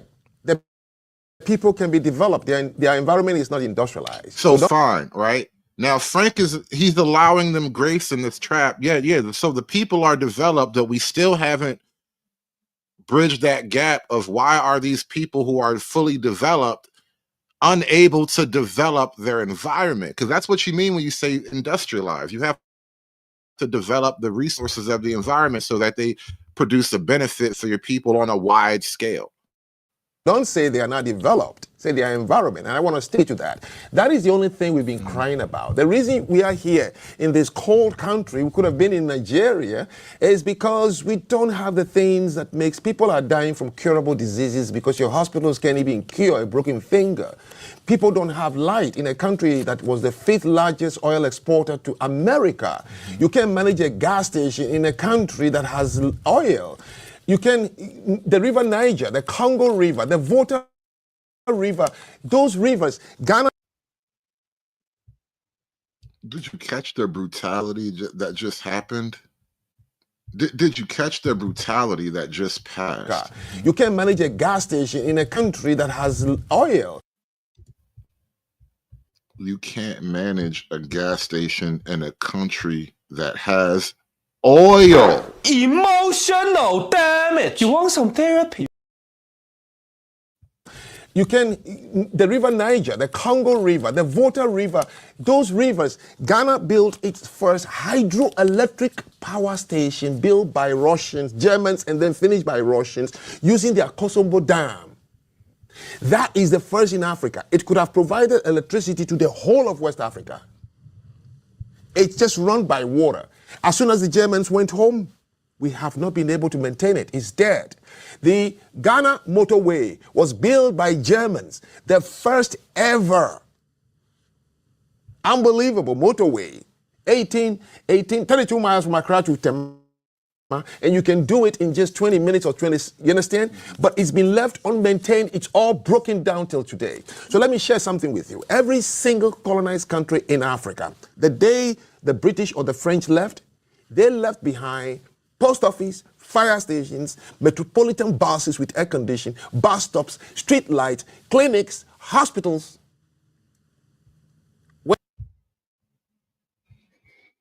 She's making that face again, y'all. She's making that face again. You want me on that wall. You need me on that wall. Woo, hit that like button for me. Hit that like button for me. Hey, Acadia, how you doing, babe? Don't be uncomfortable. Don't be uncomfortable. We are walking in truth here. And shout out to the Rumble gang. I am way behind on my Rumble chats. So let me take a moment. I gotta go Rumble, y'all. YouTube guys, I will be back. I gotta go talk to my Rumble gang for a minute. Rumble gang, what's good? I see I've been behind on the super chat or the Rumble chats here. So let me talk to the Rumblers for a minute. The Midwest request with the $1 Rumble chat. Tiffany Henyard showed us all. You just need to pay off the goons and not the needy to keep power. Follow the coward state of mind when they have cope arguments. Yeah, I noticed that. And thank you for bringing up that word power. I realized that, you know, being in the post-truth era, as I like to call it, it's all about power. And so when the argument presented to you doesn't make sense, try to imagine there's a power angle that you haven't really uncovered yet, and it'll start to make sense perhaps. And the Midwest request again with the $1 Rumble chat. Can we really blame him for drinking the woke piss aid while he is the last bold man waking up a scammed audience, trying to finesse a lane for himself? Like I said, I'm behind on the Rumble chats, but shout out to the Midwest request. Thank you for that. Anarcho Banker, with the $5 Rumble chat. He said, Chris Rock warned about taking the last big piece of chicken. I told y'all, the chicken is a sacred animal. You know how Indians are about cows? Black people are almost like that, but with chicken, though. Black people, we almost look at chicken the way Indians look at cows. It's a sacred thing. And that last piece of chicken has taken many a Black life. Like I said, that guy, he wasn't the first and he won't be anywhere near the last. The Midwest Request, again with the $1 Rumble chat. What's funny is that they do not speak the language of their ancestors, wear their ancestors' clothes, have stopped participating their traditions, and now you speak on their behalf when you went left. Not only that, Pan-Africanism is even worse because you're not even like African, like you're not even a modern, current, active African, but you're a Pan-Africanist. It's a weird game. The whole thing is odd. But you know what they all needed? They all needed a guy like Uncle Frank to like have just simple, direct conversations with them and publicly, embarrass them a little bit, but respectfully. You know what I mean? You need an older, wiser guy to just sit the youngins down and just tell you how stupid you've been every now and then. What's wrong with you? What's wrong with y'all? You niggas are crazy. But shout out to the Rumble gang. My apologies for falling so far behind on the Rumble chats. I've been entertained by myself. I got caught up in the work. My apologies. Won't let it happen again. Thank you so much for supporting the show. Let's get back to it all, you guys. Count it up, count it up. Let's count all the money. Count it up, count it up. Where are they today? You know why? Where are they? Why? So what are you saying? You can't maintain them. Are you saying That's not these the things fault of come? the people, though. Whose fault is it? It's not a fault. Capability. You don't have the capability. So are you saying these things come with the people? Or are you saying it comes with, where you're from? No. Human beings, environment makes you. The brain develops from what has been presented to you. That's it. But that's mostly the fault of the leadership. And it's also hard if people come and give you something, you want them to accept it. And do you know when you travel the 54 countries in Africa and ask? I feel like this girl is just out of her depth in this conversation. She wants to do well, but she just can't connect she can't form the proper connections in her mind to really properly battle in this arena.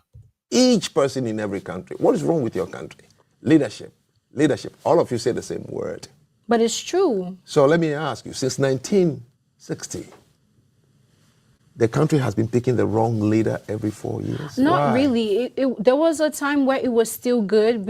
What time? After 1960. That's correct, because the British left a lot of things you were enjoying for a few years and it all died. Not a single railway built by the British is in Nigeria today. But the one they built in their country that same year, it's still running. Not a single railway built in Ghana in 1960 is still there today. Why? My village has a railway. Oh, no kidding. And it works. Yes. She really said that like it was something. And he was like, oh yeah, that's nice. Oh, you have a railway in your village. In China, they have like trains that literally pass through apartment buildings. Like technically you can just take your elevator to the 90th floor and catch the train downtown to work or something like that. But she has a village. She has a rail station in her village. And I love his reaction to that, like, oh, it's so nice. That is peak white, sardonic, what do you call that? He was being totally, what's the C word? Condescending. He was really being condescending just now. She's like, I have a railway station in my village. He's like, oh, that's so nice. Pat the monkey on the head.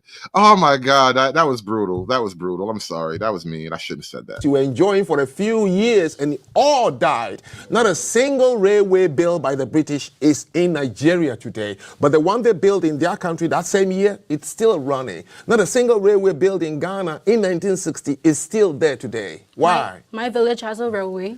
Oh, no kidding. And it works. Yes. What was built recently? No, it's just been there since. It was a leprosy center. Oh, I know what you're talking about. But you have railway lines in Lagos where people can go to places easily. You don't. Why? It's what I'm saying. What do you know in that country that has been properly maintained by the people every day and it works perfectly? It's hard for people to maintain things when they're not gaining a lot. No. It's hard for people to maintain things when they don't have the concept of maintenance in their culture. You speak Igbo? Yeah. What is the one word in Igbo for maintenance? Maintenance is there's no direct English word for that. Igbo word. It doesn't translate directly to maintenance. That's correct. How about you? It doesn't translate. That's correct. Painful. Just painful. You don't even have a word in your language for what needs to be done. Emotional damage. You want some therapy?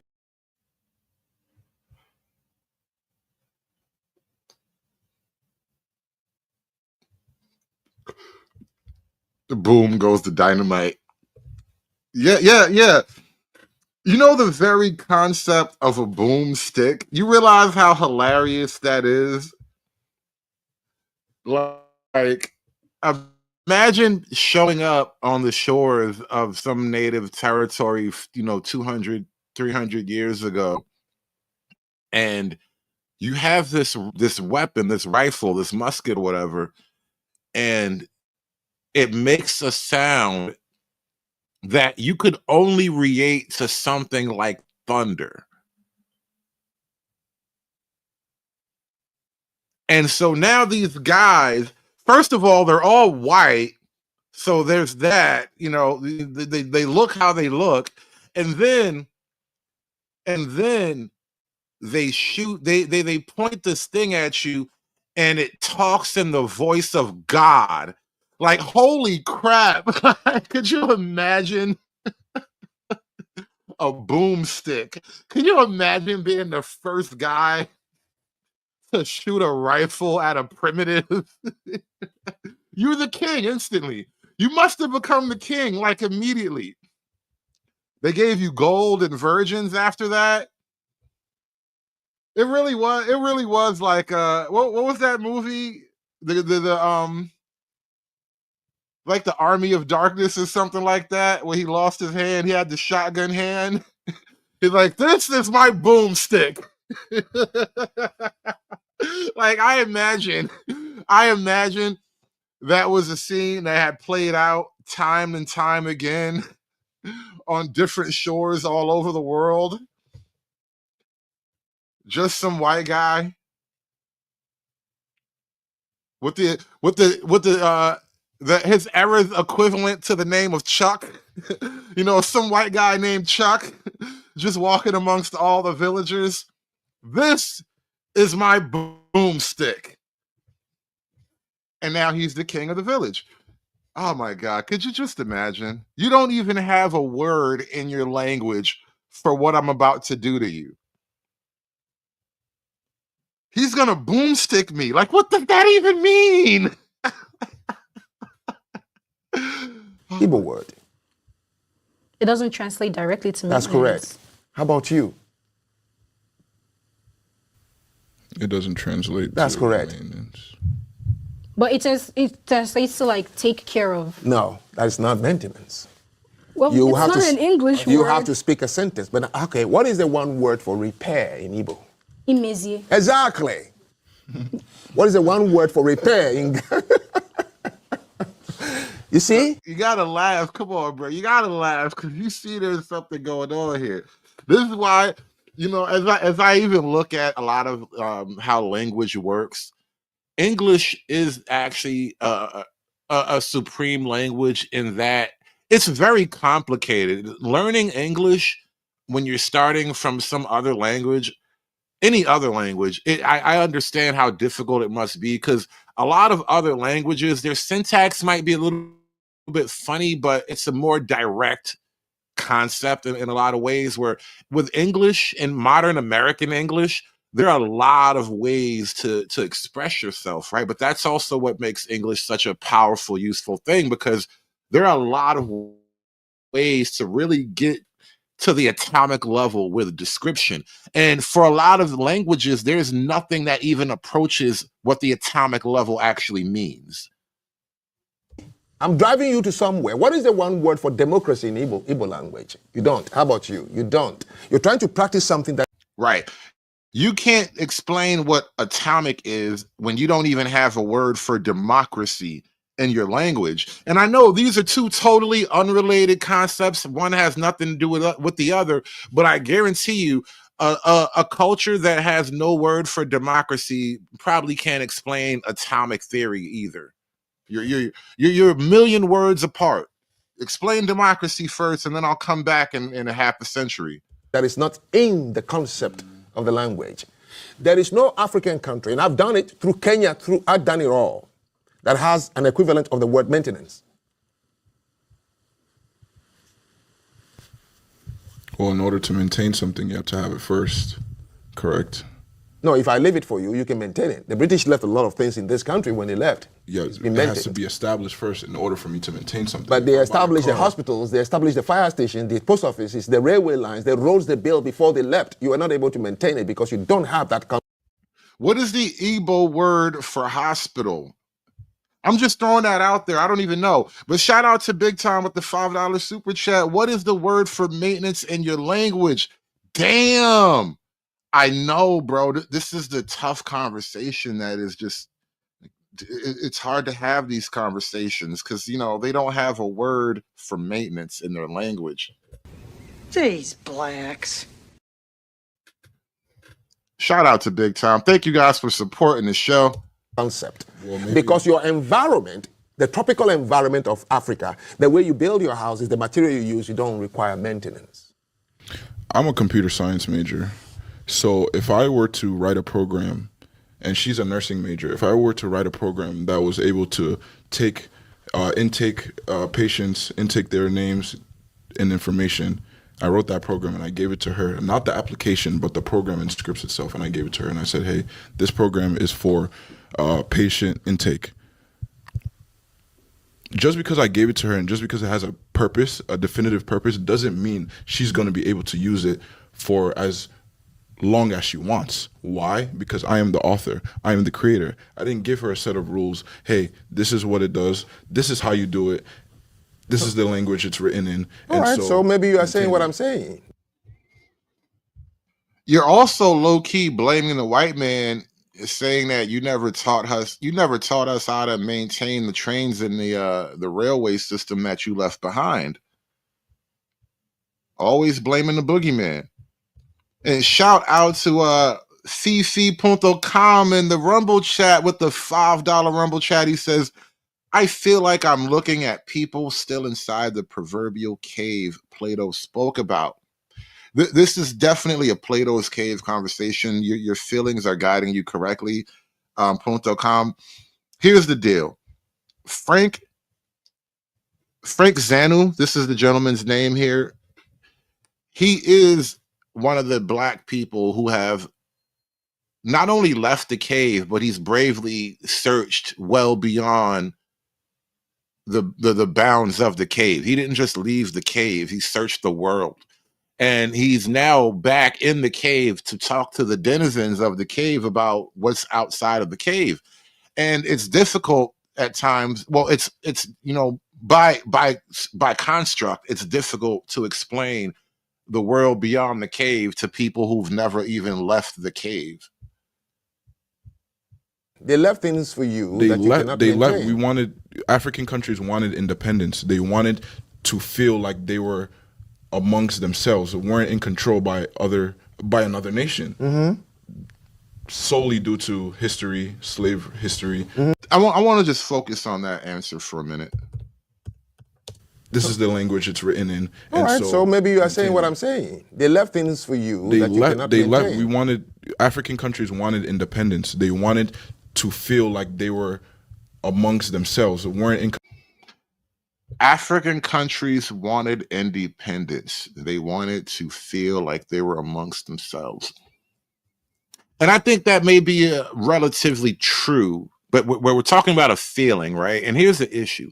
What seems to have happened is these countries, to a man, every single one of these countries sacrificed maybe even a backdoor entry into modernity, but still nonetheless, they sacrificed their entry into the modern world for what was inevitably a slide backward. And the only question you really could pose is, was it really worth it? And can you ever regain what you lost for the sake of independence? And it's a tough question, right? It's a tough question. And so it's like, are you posing the question that without colonization, without a firm overwatching hand, will we never be even close to a first world nation? Or do we just accept that with our independence comes lack? With our independence, we just accept that we will never be a first world nation. These are bitter existential questions. I don't have the answers. I just like talking about these things. Controlled by another nation, solely due to history, slave history, and things of that nature. And so African countries gaining independence and being left with all the things that we were using originally because we were under colonialism, of course there will be no maintenance or no proper maintenance without the people that were originally there in the first place. I think that we aren't able to maintain a lot of things in Africa or in third world countries because we weren't the originators or creators, but that doesn't mean... So then how are you saying you're going to develop or industrialize your places if you don't know how to maintain stuff? Because... Now, that's an argument that is actually deep when he says, well, we can't really be expected to maintain it because we didn't originate it or create it. And yeah, maybe that's it. And that's tough, right? That's tough to accept. And that's it's an adult conversation to have, right? But what if really that's true? And I don't know that it's true or not. I'm not going to have that conversation here, but I'm just saying that is the thing. And it raises a deep, deep question for the nature and the future of the continent. And remember, he didn't just raise this question and point it solely at the continent. He pointed this at all of the Black nations. It doesn't finish, like life doesn't have to finish with the start, with the beginning. So wait, every country that is called industrialized countries, today one of the things you know about them is maintenance of what they have. That's why we have buildings here that are about 250 years old, 300 years old in this country. There are buildings in other countries of Europe that are 700 years ago. The Notre Dame that burned in France was a 13th century building. Do you know what kept it that long till today? Maintenance is a culture. So you're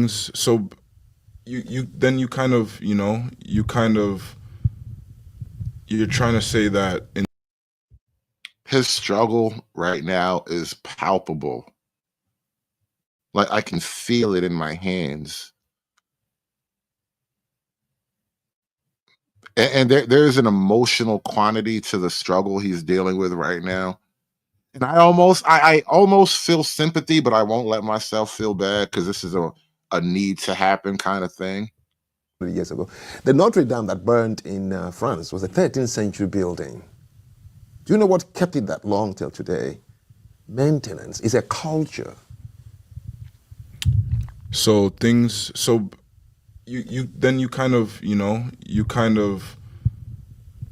trying to say that in third world countries, from what I'm understanding, in third world countries, anything that is not under maintenance is because we don't care. No, you care. It's not in the concept.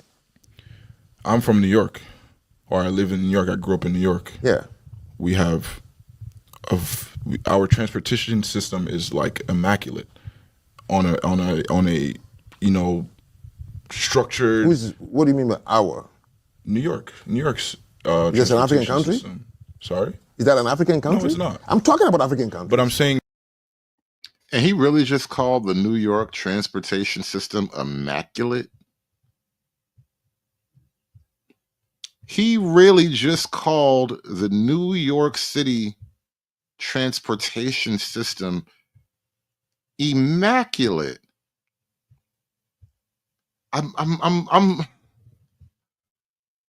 Immaculate. Do you understand what the word immaculate means? What do you understand what the word immaculate portends?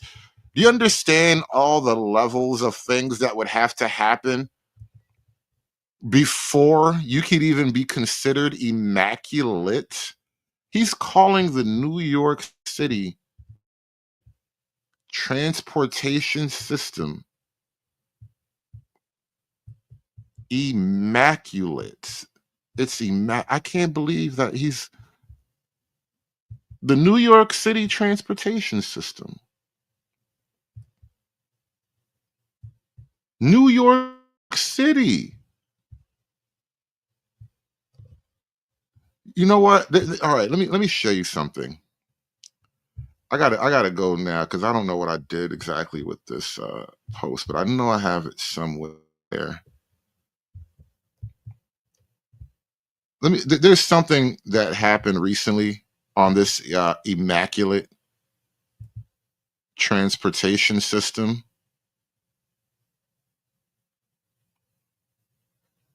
You wouldn't believe it if I told you. I don't even want to, like, you know, build it up for you.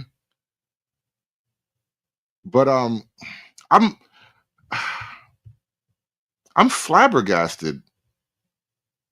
Every single one of my flabbers are thoroughly gasted right now. I can't believe I've never ever in all of my adulting, in all of my many years of adulting, I don't think I've ever heard such a statement about the New York City train system. Immaculate, he says. Immaculate. He calls it immaculate. Unbelievable. Like I said, all of my flabbers completely gasted. Say this man performed sex acts on another man who died on an R train. NYPD officers responded to reports of a body on that train at the Whitehall subway station just after midnight. Say this man performed sex acts. Immaculate. It's immaculate in there. Say this man performed sex acts on another man who died on an R train. NYPD officers responded to reports. It's immaculate in there. Performed sex acts on another man who died on an R train. NYPD officers. It's so immaculate in there. You can perform sex acts on a dead body. That is how immaculate the New York train system is. All right. Do you understand how immaculate that is? I don't even know what immaculate means anymore in its context, but we're using the word now. We're just going to use the word. I don't even know if the word has a meaning anymore, but it's immaculate in there. Big Time says, hey, Hood, can you pull up the subway system of Poland or Japan? I think China is pretty cool, too. But I don't think Poland or Japan is as immaculate as the New York train system, Big Time. Honestly, I don't even know if I want to try to play that game. I do not imagine China, Japan, Poland. I don't even think Russia has a train system as immaculate as the New York City train system right now. You understand how immaculate this place is? Say this man performed sex acts on another man who died on an R train.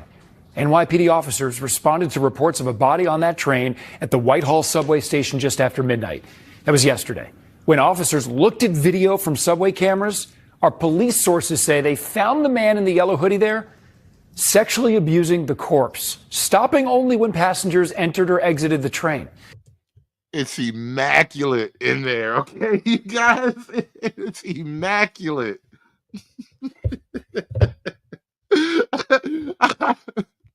I don't even know what it means anymore. I just know it's immaculate in there. I don't want to use any other word to describe what just happened. If I use any other word, I'm going to stray into territory that'll probably be bad. But I do know I can say immaculate, and I can say immaculate 1,000,000 times, and you'll just understand how immaculate it was in there. And shout out to the Midwest request with the $1 Rumble chat. It's nice to know we left the cave and acknowledge that it was stupid to be in the position of ignorance and subservience state to begin with. Yeah, but it's not immaculate in the cave, and that's why we have to leave. It's not immaculate in the cave, bro. I'm trying to find immaculate things. Shout out to Sigma Jones with the $2 Rumble chat. If NYC transportation system is immaculate, wait until he sees Tokyo. Oh, man. I don't think Tokyo is anywhere near as immaculate as this place, bro. This is like a wonderland. You understand how clean you got it, how immaculate you gotta be? There's nothing like it, bro. There's nothing like it. Oh my goodness. Oh my good. I could, like I said, I was flabbergasted. Every single one, each and every one of my flabbers, bro. I had to do that. I couldn't believe what he just told me. I couldn't believe what I was hearing just now. Like, he really was like, no, it's just structured. What do you mean by our? New York's system is like immaculate. Of our transportation system is like immaculate. I couldn't. I was struggling. There was so much struggle, bro. But thank y'all for supporting the show, man. I appreciate you guys. I need that money. On a structured. What do you mean by our? New York's. Is an African country? System. Sorry? Is that an African country? No, it's not. I'm talking about African countries. But I'm saying that we have a system in place. We have a lot of people living in New York. It's not maintained by everyone. It's not respected by everyone, nor is it given the proper I'm talking about the design and the understanding of what maintenance means in a culture. You live in the United States. Mm-hmm. Everything they build here is attended. They have more budget set aside for maintenance than they have for the building. Okay. In no African project ever have budget set aside after, because you don't have the word maintenance in your No, it's because we don't have the resources for it. You have the resources. For example, this is why going back to leadership. For example, when you in keep saying, let me Nigeria- tell you something, right? The pyramid, which part is larger, the bottom or the top? The bottom. Okay, the bottom. So you have 130 million Nigerians. You pick just few and put them at the top. Oh, we didn't pick them. Hold on. However they got to the top. The reason you're talking about them is because of where they are only mirroring what is going on here. Mm-hmm. Because you pick them from among you. Very true. No way if I toss a coin from 1960, it will keep falling on the head. Every single country in Africa says they pick a wrong leader every 4 years. It's impossible, Eileen. But at the same time, there's a lot of corruption. There is no corruption. I explained it to the first group. No African leader is corrupt. They are corrupted. Because what you are giving. Whoa. He just blew my mind. He said they're not corrupt, they're corrupted. What does that even mean? They're not corrupt, they're corrupted. Oh, whoa, we gotta run that back. Slow it down for me. Slow it down. He's a smart black man. He's like speaking in gibberish right now. I don't understand what that means. But at the same time, there's a lot of corruption. There is no corruption. I explained it to the first group. No African leader is corrupt. They are corrupted because what you are giving them to do is foreign. Let me ask you, do you know a single political system in the continent of Africa that was originated from the people? Do you know a single political system on the continent of Africa that was originated with the people? Man. Man. Man. Why are you doing this? These are just children, bro. These are just children. He's just a boy. No. So how did you get your political systems? Colonization. Pardon me? It's them through hierarchy. No, the political systems you're using today. Colonization. Colonization. Why did you keep it when you know it's foreign? Because that's all our ancestors knew. No, they didn't know that. They were ruling themselves. The former administrations, the Oduduwa, the Benin Empire, they all have what they understood and what they can. You thought you want to be like the people who colonized you, so you accepted what they left behind. Do you know, until recently, you have to go to Britain to look at your constitution. So if there is no original political system, You have to go to Britain to look at your constitution. I don't ever want to hear shit. You know what? I don't really like to get into the diaspora wars. And this may not even be fair because he said all you niggas, so he's talking about all the blacks too. But I don't want to hear shit from none of these Africans in the diaspora wars, bro. You have to go to Britain to look at your constitution. Bro. What are you niggas even on? You got to go to Britain to look at your constitution? Oh, yeah. What happened to your sheriff? There's powerful niggardry at work here. You got to go to Britain. You got to go all the way to the white man's house just to read your own constitution. Bro. I can't even say bro enough times. Bruv. how do you expect Tinubu to understand it? But there's certain things you can't change until a better person is there to help A initiate better person that. from among the people? Yes, and it's very Haven't possible. you seen enough from the time you got independence that if it keep repeating itself? So who should we put, a British person? so are No, you you saying that- have to. Like are you many saying that countries we did should it, when something is repeating itself, don't repeat the method. Nigerians should go back and say, this is not working. But I feel like it's something you can introduce slowly by putting a better person in After there. how many who years? Ghana is going to be 70 years. Every change happened in Singapore, Taiwan, Korea, Japan, all within 25 years. This conversation just gets more brutal as it goes on. Like, bro, these are just children. Why are you doing this to them? I feel like after this conversation, you're just going to go home, strip naked, take all their white man clothes off, and just walk back to the village. She's just going to carry bags on her head and just walk back into her village naked, just ready to embrace pre-civilization. I feel like you just took all the wind out of their wings, bro. There's no more wind beneath their wings now. It's hard to tell people to shift things from one. No, line I'm to saying another. everywhere we've seen it. It's Shout out to 25 Big years. Time. Thanks for the $2. 70 years Chat. since Ghana got independence in 1957. Yes. I don't know what that means. Big Time says, I do. Cannibalism. I don't know what that even means, Big Time, but shout out to you. Thank you for the $2 super chat. Hit that like button, people. Still waiting from 1960? 130 million. Okay. Well, that's 1960 is that's, my mom was born in 66. Yes. So the fact that countries were gaining independency. Korea took 24 years to 50 become a years member ago. of the G20. I'm trying to tell you what is happening on the continent has never happened anywhere. It doesn't take you that long to take from foreigners all the things they left behind. You are even lucky they gave you a start. Let me pose a very difficult question to the chat, to everyone. Let me pose a very difficult question.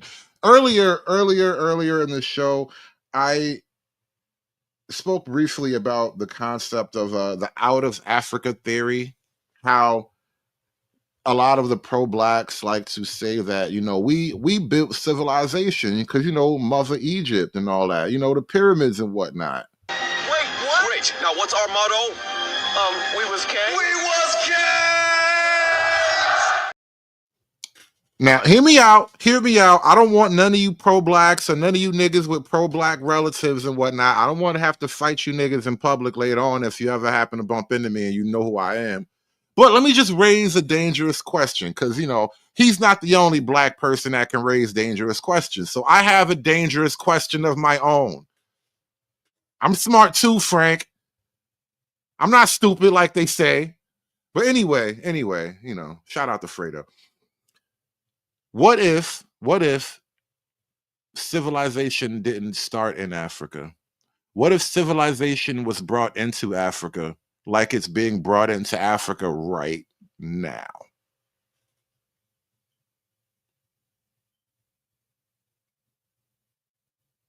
Because it just seems unlikely. And by Africa, I'm not just talking about Egypt as a physical territory. I mean actual Black Africa, the actual Negroids. What if civilization didn't start with them? What if it was introduced to them? Meaning we're not the first, we're the last.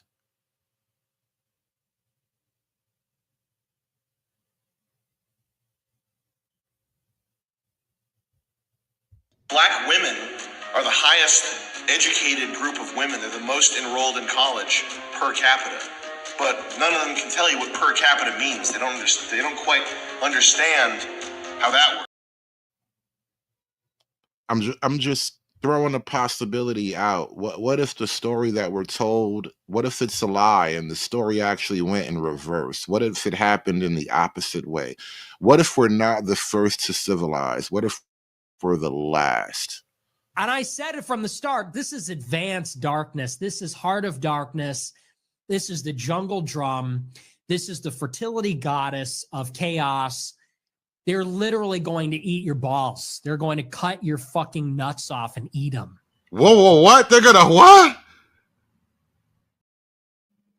And shout out to Anunnaki, the one. I didn't just finally figure it out. I've just always been smarter than these niggas and smart enough not to say that type of shit on the bus in front of everybody. But I've been looking at things and I've been, you know, suspecting the story hasn't been told in the proper order because it just doesn't make sense. Otherwise, why would this conversation even be happening right now? Okay, there's a couple of people, this is very controversial, but they call themselves Biafrans. I know Biafrans. You know about Ojukwu, them? yes. So they're trying to separate from Nigeria. Exactly. But you also want us to be united. Who? Me? You said Nigerians, because you were talking about, like with the others said, different languages being... I just described what is there, the Tower of Babel. As long as you remain the way the British put you together, you're not going to build the tower. So something like Biafra you think it's good? Oh, that's not me to say. But that would be the only other way. Because when people come to a road of hopelessness, they want to try something. That's all. Right. They don't understand. It's better than them to just sit and watch things happen. Listen, they don't. I feel like this conversation is parallel to kind of like red pill conversations. This is like a race pill conversation in a lot of ways. He's attempting to like race pill these people in a way that, much like the red pill, you have to be willing to reorder your entire paradigm. You have to find a new prism through which to see the world. It tears down your fundamental constructs. But it's not terminal. You can survive this moment, but you have to be willing to rebuild. They don't understand what they're talking about. They're just frustrated and they want to do something. That's it. That doesn't mean they have a plan. If they have a plan, they will implement it in their state. Look at South Sudan. It broke away from Northern Sudan 14 years ago, the newest and the newest republic on earth. As soon as they broke out from Southern Sudan, they are the worst place now. Every day bombing themselves, killing themselves. So Biafra can break away. They're not going to be anything. Because they don't even know what is going wrong. And that's all I'm saying. You don't think that has to do with a fault in leadership? What? For example, North and South Sudan or South Sudan? No, it's just them. So a community is what makes a community, and however we act it influences how we grow. Yes. But we have a set system in place to make it so that we have one person in charge, a leader, a nation. But what I'm saying to you is, it was left behind. You don't understand it. You just it wasn't left behind for one person. It was left behind for everyone, and we have to appoint a person. That's what I'm saying. The method by which you the maintenance that you're talking about. The method by which you pick your leaders was left behind by foreigners. It is from their culture, not your culture. So you're battling with something. Number two, you don't have a country in the first place. No one person.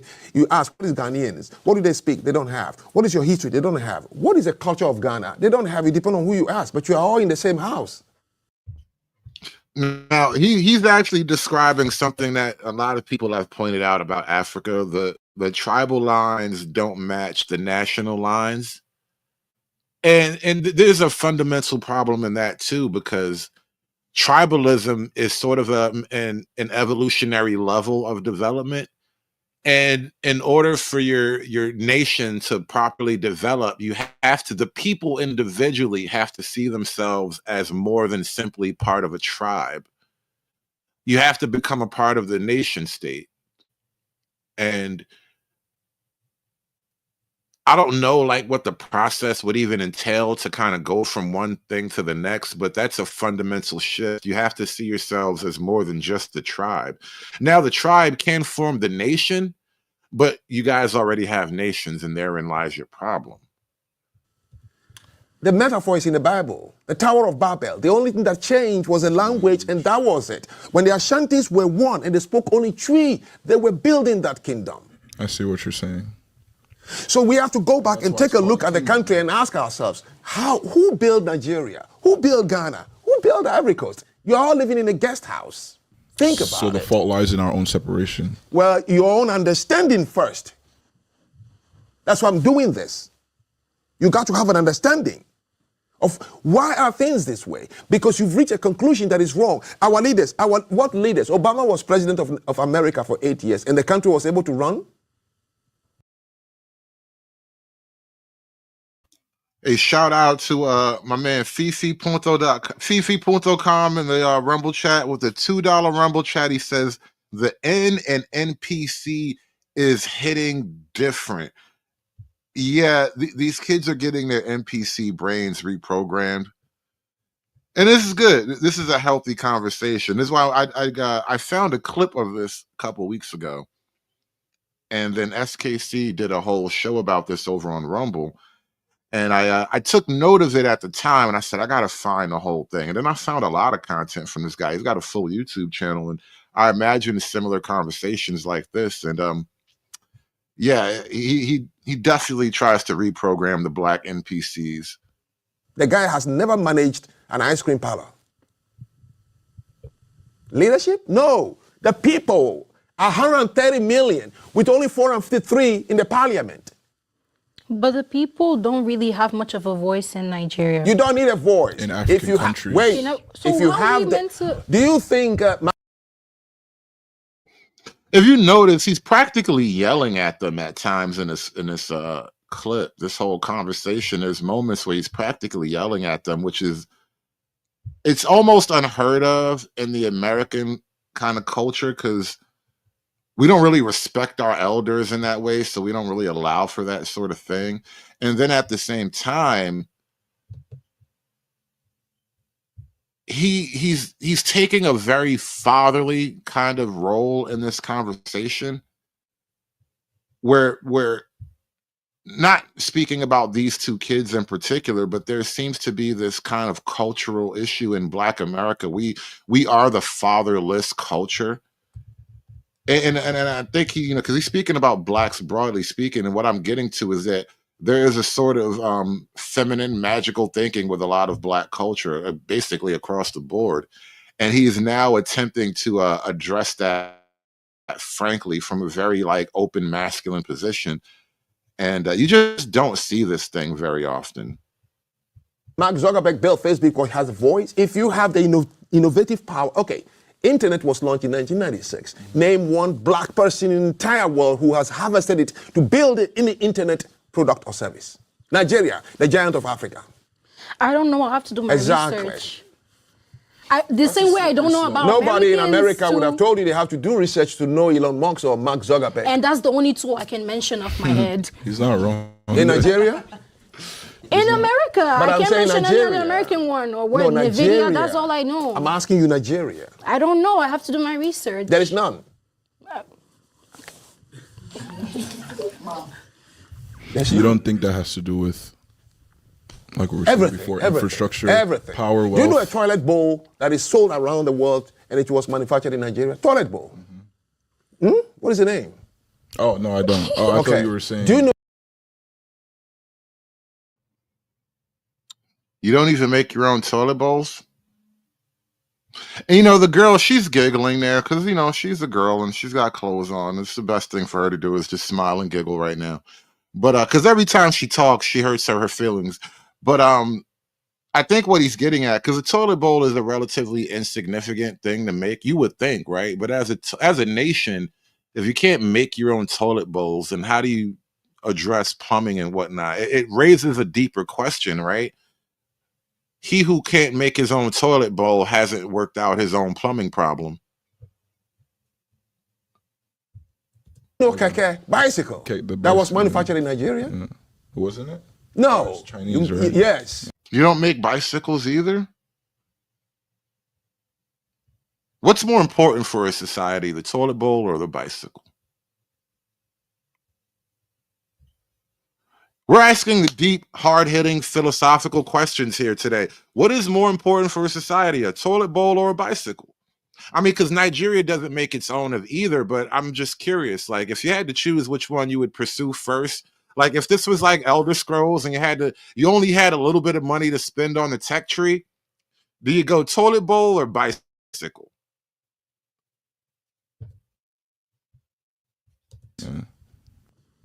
Those are simple things, my dear. So but educating us and telling us this point of view, okay? How is that gonna really help? What? Like giving us the mind, like you said, that's why you're doing this. Like explaining to us, giving us that mindset. How are we gonna?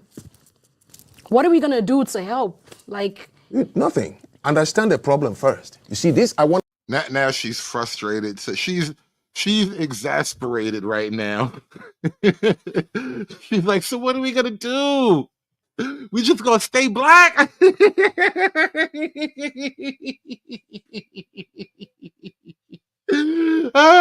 She's just frustrated. He just broke her right there. That was the moment. That was the moment right there. That's when you got her. Oh my God, that was look at it, look at it. Look at it right there. That's the moment. That is the moment. That's the perfect moment right there. He got her. It's like, what are we gonna do? What are we gonna do?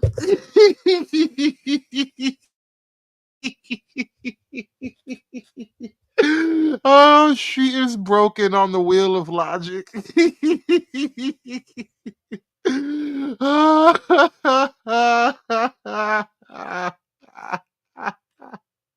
Oh God, I got tears in my eyes. What are we gonna do? The wheel of logic has broken another woman. Oh God, it's so good to see.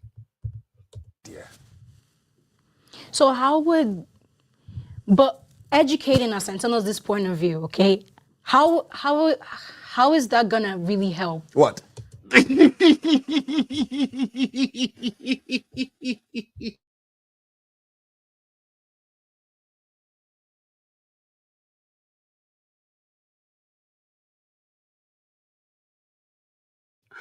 What are we gonna do?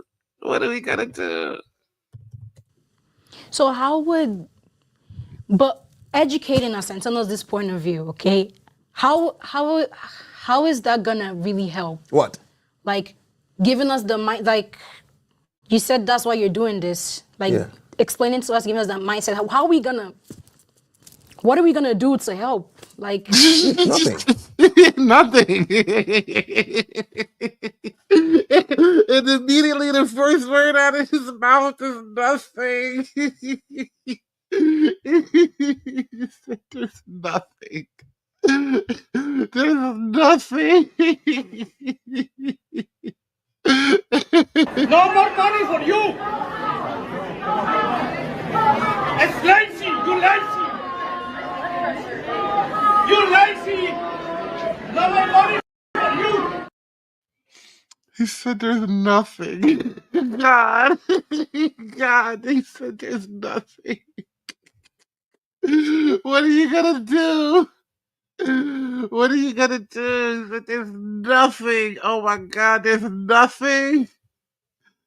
There's nothing you can do. Oh, hell. Afternoon, boys and girls. Shut the fuck Hey, up! hey. Not nice. No, thank you. No, thank you. You need to leave? No, bitch! Okay. Oh, yeah. Ah, you just disruptive. What the fuck am I supposed to do with you now? Understand the problem first. You see, this, I want to do something. I want to help. It's what is damaging the place. First, understand the problem. Staying in your role is what you're saying. No, understand the problem. Doctors will diagnose you before they start curing you. So then you're saying these countries can develop, but first we have to understand what the root problem is. Yes. So they can develop. No, that's not a conclusion you have to go to. It may happen that I can develop, doesn't mean I can do it. And I told you the fish. If the fish wants the fruit but can't climb, what will he do? The monkey. That's correct. So we need help from other countries? You have to make that conclusion. Apparently, there is an African proverb where a fish wants some fruit, but he has to encourage a monkey to drop the fruit in the water first. Complicated African proverbs. I'm black, bro. Just make it simple for me, okay? Can you make it? Give me cock, give me wife, give me children, give me this, give me that, kill my enemy, kill my enemy, kill my enemy, give me, kill my enemy, give me. Anyone that doesn't want me to succeed, die by fire, die by fire, die by fire, die by fire, die by fire. Give me this, give me that, kill my enemy, give me that, give me this, give me die by fire, die by fire, die by fire, die by fire. I need things to be simple, you know? Giving me all these complicated half proverbs and stuff. I want it now, bro. I need it now. I'm black now. I need my problem solved now. I'm just telling you. I don't really think bringing in more. Listen, I'm not the one to tell you. I led you to see that the conclusions you came here with, our leaders and resources, is bogus, and I've cleared it. So now you should rethink. And when you become a leader, you know it was not leadership.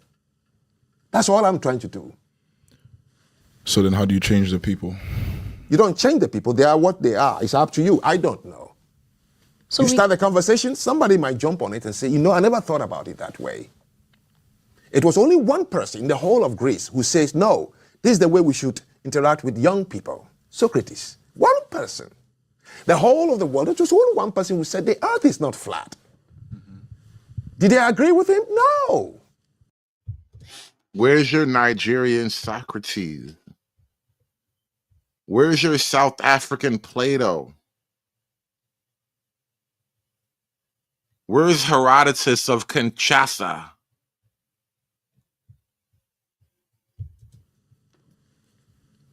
I'm telling you, first think of these conclusions. They said only when they arrived there, they knew their country was underdeveloped. You said your leaders, you said resources, and I'm telling you all these answers are not true. They're not true. That you can do it. You can't do it. You can't. So then I feel like from what you're saying, the only way, even if you're saying they can't do it. So you can't do it. And you know what's terrible about this whole conversation? Not terrible, but what's unique and interesting really about this whole conversation? There isn't a white man on earth who's allowed to have this conversation in public. Not a one. Everything you love would turn to ash. There is not a single Caucasian anywhere in the world who is allowed to make this conversation in public. Only this nigga. He's the one. Frank Zanu is the guy. He's the chosen one. Somebody had to do it. I am the chosen one. Somebody had to do it. Develop, no African countries can develop. You're saying that the only way to develop is evolution and change, like deep-rooted change. What change? By who? Just evolution. No. So then you have the resources and you want it to work, right? So you can have jobs and live well. And I keep saying to you, the fish can climb, but he can find a way to get the fruit. Hasn't that given you something to say, I understand what he's saying? When your Igbos came to your country, didn't they build it beautifully? Did you have anything before they came? Yes. What? We had it. Oh yeah, I don't know. What That's a did you hard ha- question. You said yes so quick. What did you have before they came? Because we didn't have you can't say we No. had nothing. I'm not saying it. I ask you. What did you have before they arrived? What do you mean? What did I have? You mean Oh, like, name it. You have the first hospitals built by Nigerians before the colonials came? Did you have pharmaceuticals in the shelves of Nigeria before they came?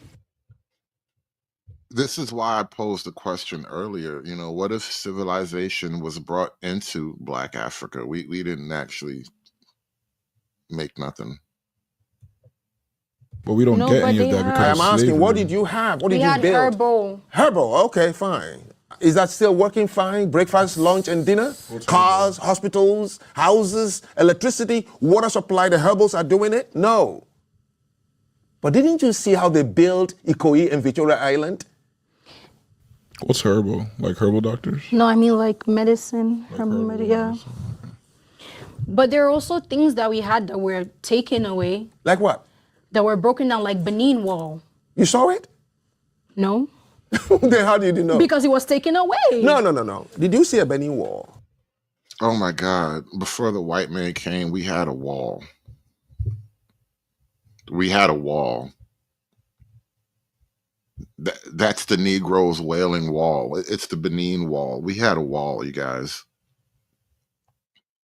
White man had chariots and cathedrals and knights and armor and gunpowder and cannons. We had a wall.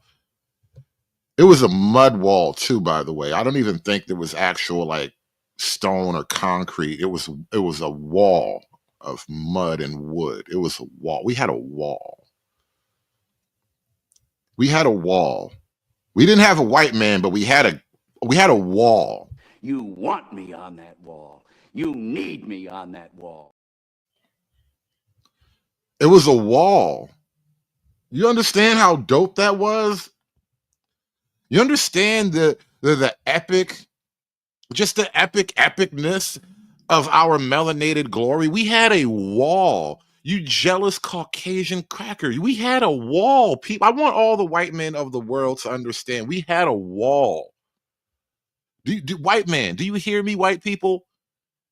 Do you hear me, Chad? Do you hear me, Becky? We had a wall. Okay, I want you to understand how dope, how epic the epicness was. We had a wall. And it was glorious. And then the white man came and we don't have a wall anymore. Island? What's herbal? Like herbal doctors? No, I mean like medicine. Yeah. But there are also things that we had that were taken away, Like what? that were broken down, like Benin Wall. You saw it? The white man took our wall. God damn you white people. You damn it, white man. Why would you take our walls, white man? Don't you have enough? You had castles, you had aqueducts, you had dikes, you had all kinds. Did you need to take our walls? Did you not have enough, white man? You had to take our walls too? God damn it. We could have had it wall. We could have had it wall. We were rolling in the deep. We could have had a wall. Rolling in the deep. Goddamn white man, we could have had a wall. Fucking hell, man. We could have. I'm crying for the wall right now. You gotta understand. I'm hurt. I'm hurting for the wall. We could have had a wall, okay? And Adele could have been doing a concert in front of it. She could have been singing. We could have had a wall. These fucking white men, you don't let us have anything, and I hate that about you. Shout out to Clue Studio with the $10 super chat. He says you need a Netflix deal, hood. Nah, if I got on Netflix, they would just make me fake and gay. They would make me white and gay if they put me on Netflix. That's how Netflix does. They ruin everybody's story when they put you on Netflix. I wouldn't trust Netflix with my story.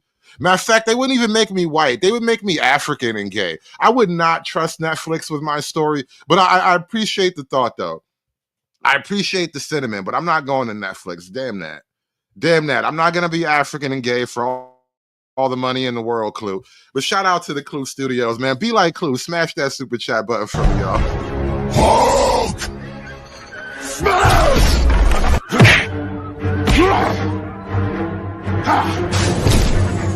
Smash you! You make Hulk angry. You not like Hulk angry. Hulk no like fighting girls. God damn, I'm still crying. I have tears in my eyes over the wall you guys took. White man, I just want you to know, like, I might be smiling on the outside, but on the inside, I'm always crying about the wall that you stole from us.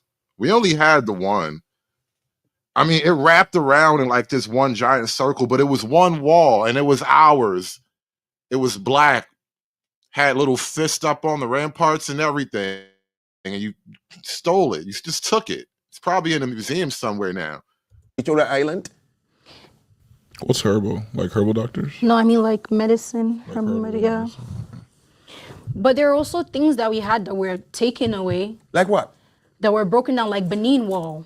You saw it? No. Then how did you know? Because it was taken away. No. Did you see a Benin Wall? Did I see it? Yeah. No. Then what are you talking about? Benin Wall? Wall gives people food and water? I'm saying there's some infrastructure. Like what? Like that was Benin Wall. What wall? Just like how there's China Wall, the wall. It was our great wall, you bald hater. You are a bald black hater, and our wall was great. And I don't want to hear all this wall slander anymore, okay, damn it. It was our great wall, and that's all there is to it. Great Wall of China, there was a Great Wall of Benin. What is Benin? The Kingdom of Benin. Has a wall. It had. God damn it, this hurts. This fucking hurts. This hurts. I'm gonna lose a rib. God, they're gonna take they're gonna take my spleen after this show. This shit hurts so bad. First I said, what is a Benin? I don't know what a Benin is either. Is it like some kind of tumor? What is a Benin? Is it a kind of sandwich? Could you go to the store and order a Benin, and then they like put bread and meat in that little iron thing, and they press it down, and you get like griddle mark? Is it a Benin? Can you get a Benini? Why is he so brutal? Why is he so brutal? Stop it. These are just children, you son of a bitch. These are just children. Stop. Why are you doing this? Why are you doing this? This is not fair. This is not right.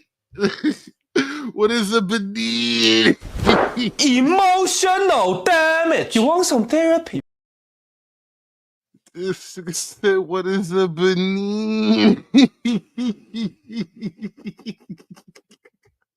What is a Benin? He's like, what's a Benin? They had a wall too? Nigga, stop lying. He don't believe that shit. He African and he don't believe in African greatness, bro. What is this we're watching? What is this we're watching, bro? How you an African and you reject African greatness? What is this? What is it? What are we even doing now? He's like, what's a Benin? What's a wall? They had a wall in Benin? Are you proud of that shit? God damn it. I couldn't have done this any better. I couldn't have done this any better. I couldn't have wrote this script if I wanted to. You couldn't have paid me to write this any better than this. But didn't you see how they built Ikoyi and Victoria Island? What's herbal? Like herbal doctors? No, I mean like medicine. Yeah. But there are also things that we had that were taken away. Like what? That were broken down, like Benin Wall. You saw it? No. Then how did you know? Because it was taken away. No. Did you see a Benin Wall? Did I see it? Yeah. No. Then what are you talking about? Benin Wall? Wall gives people food and water? I'm saying there's some. Can you eat this wall? Is the wall edible? I'm sorry. God damn it, my side hurts. I'm gonna have to call the doctor. I'm gonna have to call a doctor. Oh, it hurts. It hurts. It really hurts. You can't. Can you eat the wall? You're telling me about this stupid wall. You people are starving. Infrastructure. Like what? Like that was Benin Wall. infrastructure. What wall? Just like how there's China Wall, Great Wall of China, there was a Great Wall of Benin. What is Benin? The Kingdom of Benin. Has a wall. It had. You saw it? No. Because Okay. it was broken down. And if the wall was still there to provide water, electricity, and housing and hospitals? It's just an example. Okay, give me a better example. Things they took away because that's why you're dying in the hospitals. You don't have. Could you fly the wall? If the white man left you alone, could the wall fly? Just I don't know. I don't know how magical Great Walls work. I'm just, if the white man had never come to Africa, could the wall fly?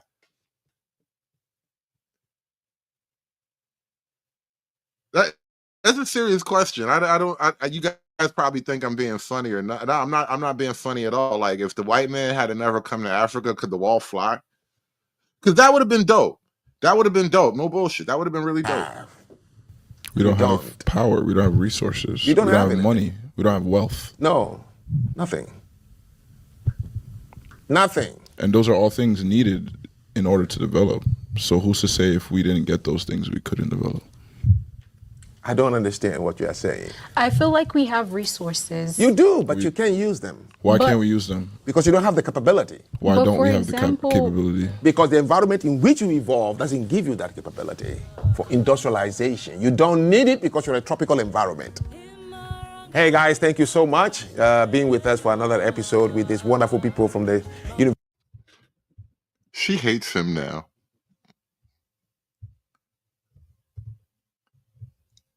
In all her body and soul, with every one of her overweight pounds, she hates him now. Every one of her extra pounds hates him double.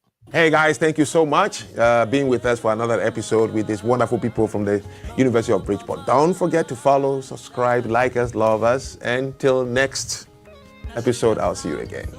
Thank you. Thank you very much. She only date white boys now because of Sandu. Oh God, this was so brutal. I don't even know how the other half of the conversation went because, like I said, this was a part 2.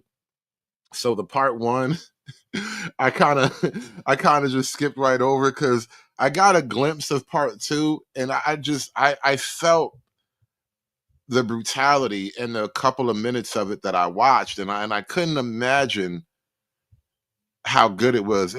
Was it as good for you as it was for me? I know, what an odd question to ask, because that was brutal, and I rarely get to watch a brutality like that live on air. It was for every one of us to witness, and rarely is a brutality like that, recorded and displayed and distributed to the world, especially when, we're crushing Black Girl Magic and all that stuff. Like, I mean, wow. I couldn't believe the brutality of it all. And I had to share that with the world. And now that we've shared this moment together, this is why I had to ask, was it as good for you as it was for me? Because that was brutal. That was tough. That was difficult to get through. There were moments in there that were touch and go. I didn't know if I should keep the show going. I thought maybe I should just end it all right now and make my peace with it. But I kept pushing through. Because I felt like if I stopped, we would never survive. It was one of those things, the only way out is through. You can't go back. You just have to go ahead. You have to keep moving forward. There is no turning back. You can only keep moving forward in these moments. And that's kind of how that's how we survived together. We kept pushing forward. And so I think it was a good thing. I think we did a really good thing. I think we learned some things here. We laughed. I cried. I don't know if you cried, but I cried. And we grew together like a family. And we got down to the heart of a really tough conversation. I think I haven't spoken to Frank myself, obviously.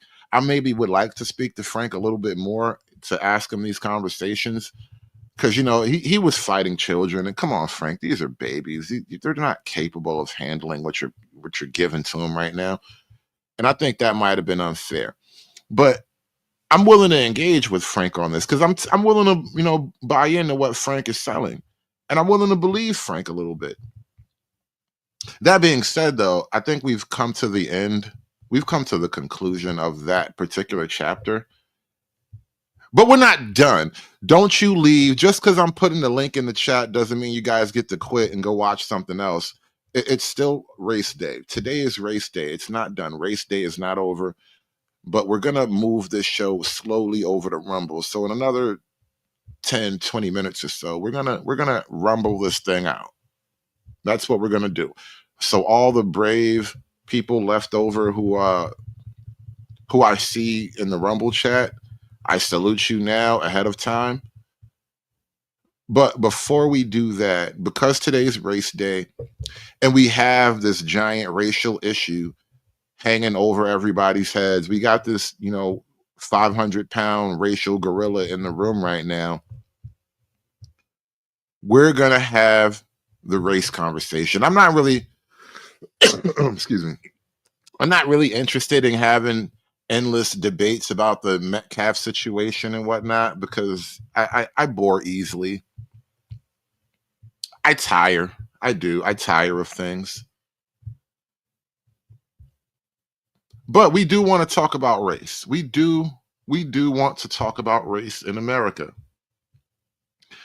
And especially after the conversation that we just witnessed, I want to talk about Black people's racial feelings in particular.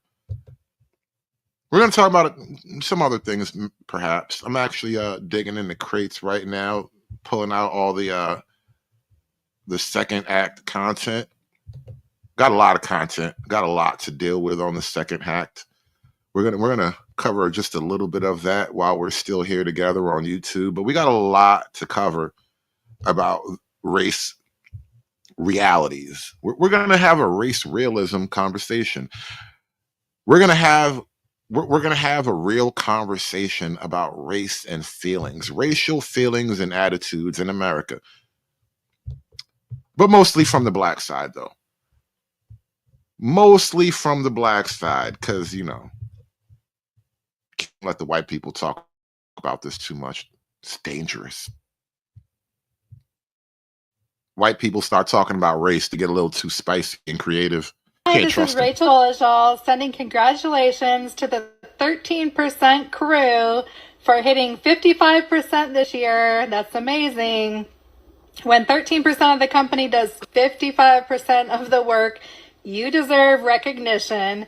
But truth be told, it's really more like 6% getting it done. So you know who you are. Congratulations on your success. And this message is from your regional manager. Shout out to the 13% crew from the regional manager. Shout out. You guys didn't even know the regional manager took notice of you. Well, I'll have you notice that the regional manager noticed you. Hi, this is Rachel Olajal sending congratulations to the 13% crew for hitting 55% this year. That's amazing. When 13% of the company does 55% of the work, you deserve recognition. But truth be told, it's really more like 6% getting it done. So you know who you are. Congratulations on your success. And this message is from your regional manager. Hi, this is Rachel.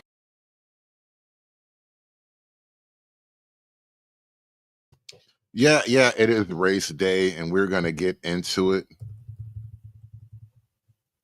We're going into overtime, people. How long has this been? Oh, we're hitting the 3-hour mark. I got at least 2 more hours left in me.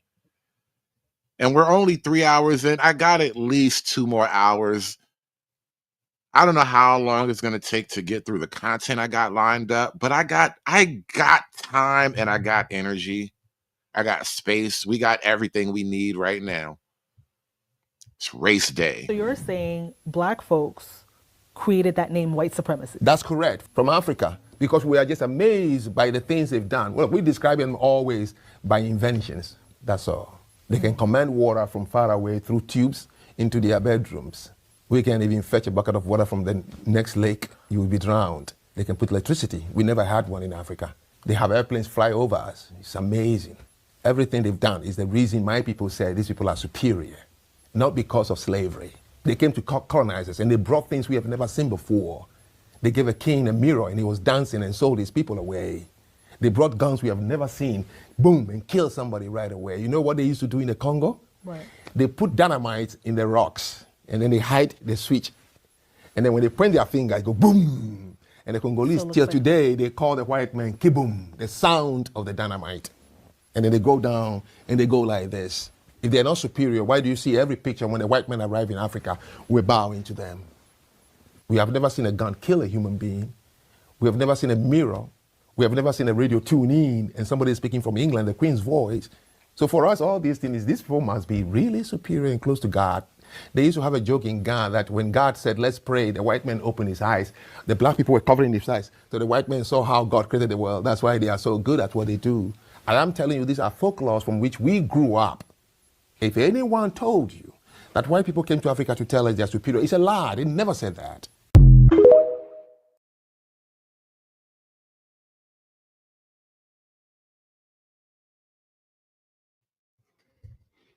Yeah, like I said, it is race day, people. It is race day. We are talking about the unspeakable. And now we are going to have a conversation about Black culture. Since he became a father, he just came to appreciate growing up in a two-parent household. Actually, it was a label that he didn't really want to talk about because it wasn't streaked. I mean, and he didn't tell you he went to private school, and we had that was Jadakiss. His name is Clarence, and Clarence's parents had a real good marriage. Yeah, and he went to private school. Jadakiss is goddamn Clarence from 8 Mile, bro. How the hell did that happen? Since he became a father, he just came to appreciate growing up in a two-parent household. Actually, it was a label that he didn't really want to talk about because it wasn't streaked. I mean, and he didn't tell you he went to private school, and we had that wasn't that nigga that started something. Look at this shit. Look at it. Since he became a father, he just came to appreciate growing up in a two-parent household. Shout out to the two-parent households. You know, every now and then, I guess you get a Carmelo Anthony thing, but generally it's the better deal for Black people. But Black people, do you have a problem with white people? If so, there's a number you can call. Just minutes left, and Nicholls freshman Nate Tenaglia takes a three-point shot and makes it. But then, out of nowhere, a Fitchburg State player knocks him to the ground with an elbow to the face. Ooh, personal foul there against Platt. Keywan Platt was tossed from the game for that cheap shot. What the hell, Keywan? Keywan, what's your problem?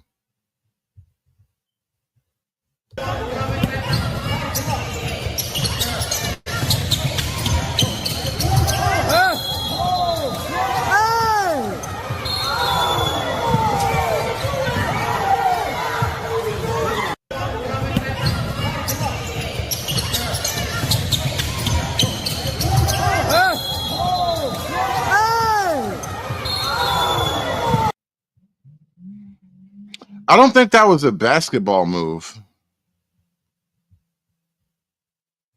In the ghetto, in the hood, in prison, there's the law of the jungle. You put your hands on somebody in prison or in the ghetto or people that have a prison mentality, they get to respond violently. And so I tweeted back at the guy, the law of the jungle. Some people don't want to live in the jungle and don't want to be around people who adhere to the laws of the jungle. Prison mentality, avoid it. And so here's the disconnect of there seems to be a group of people that want to live by the law of the ghetto, and they can't understand how anyone else doesn't obey their rules. And when I look at this and I read this and I see a lot of people promoting this idea, I'm just like, how do you deprogram people from a destructive mentality that they've adopted to survive in the environment that they know, and then they move out to Frisco, Texas, or anywhere else and say, hey, we got to play by these rules. The law of the jungle, the law of the ghetto. This is what applied in this prison mentality, prison culture that I'm involved in, and I'm going to bring it out to Frisco, Texas. And Austin Metcalf is going to learn. You put your hands on me, I get to stab you in the heart. And there are people affirming this. Yeah, Fuentes and Whitlock had a little back and forth on Twitter. We're gonna cover that in a minute. We're gonna get into all that, but right now we're talking about the blacks. There is well, Whitlock says it's culture. That's really the fundamental beef between Whitlock and Fuentes. Whitlock says it's culture, and Fuentes says it's deeper than culture. It's something else.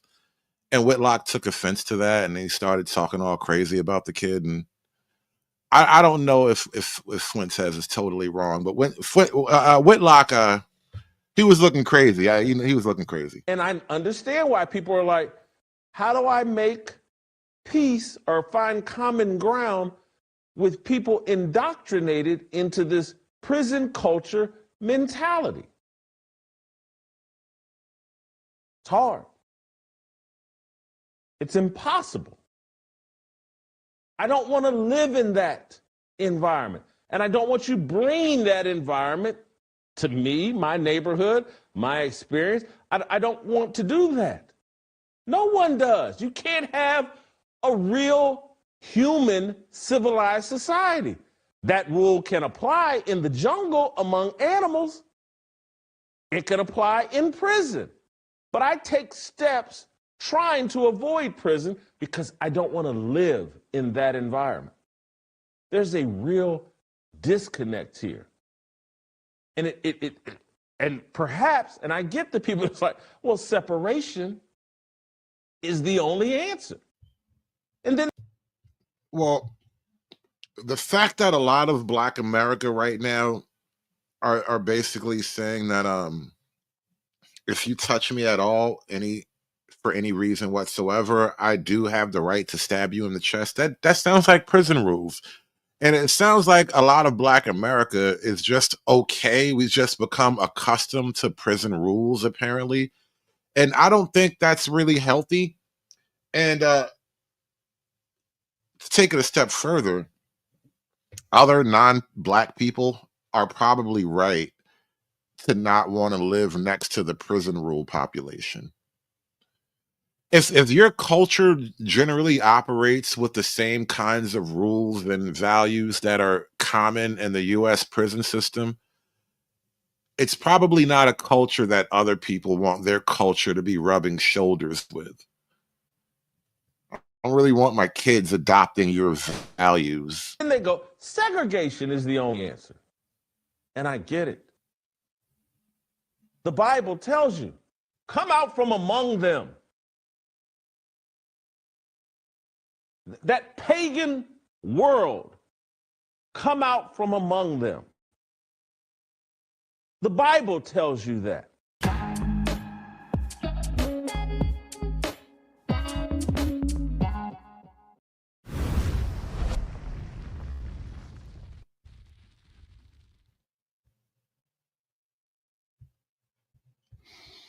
Now, lucky for me, I am not algorithm monetized yet, So I can play this next video without any real channel problems as far as I know. But you're going to have to watch the screen because I'm not going to actually say all the words in the video. Actually, you know what? I'm going to hold that for a minute. I think I might hold that just for a minute. I'm going to hold that. I'm going to hold on. Keep my powder dry. I'm keeping the powder dry. Because the conversation at hand is about the black-white racial sentiment. And we're really going to get into that when we get over onto Rumble. And we're just a few minutes away from Rumble. We're not quite there yet. We're going to rumble really hard in a minute. Let's listen to this crazy Negro for a second. How White about that? supremacy has reached its highest form in that it no longer needs a law in order to survive. The very cultural, symbolic capitalist mode of doing production and redistribution allows them to live out their racist attitudes without saying them. So they're able to deny you a loan, they're able to deny you access to a school without saying you are black, without saying because you are black, but using other mechanisms. You don't qualify, you're not yet good, go and maybe try, this type of course before you come. Are you educated? White man magic. This is all white man magic. Without saying you are black, without saying because you are black, but using other mechanisms. You don't qualify, you're not yet good, go and maybe try, this type of course before you come. Are you educated?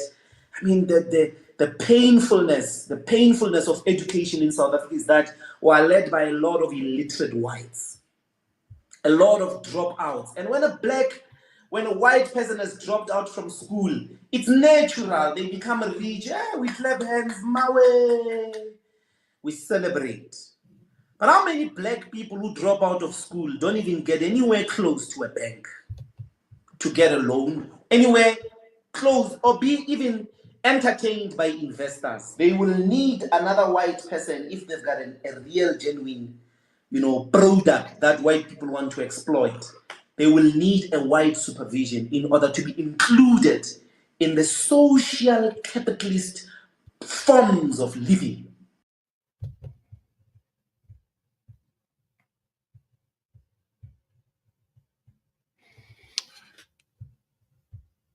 Let's see what happens when a black guy visits the white enclave of Orania in South Africa.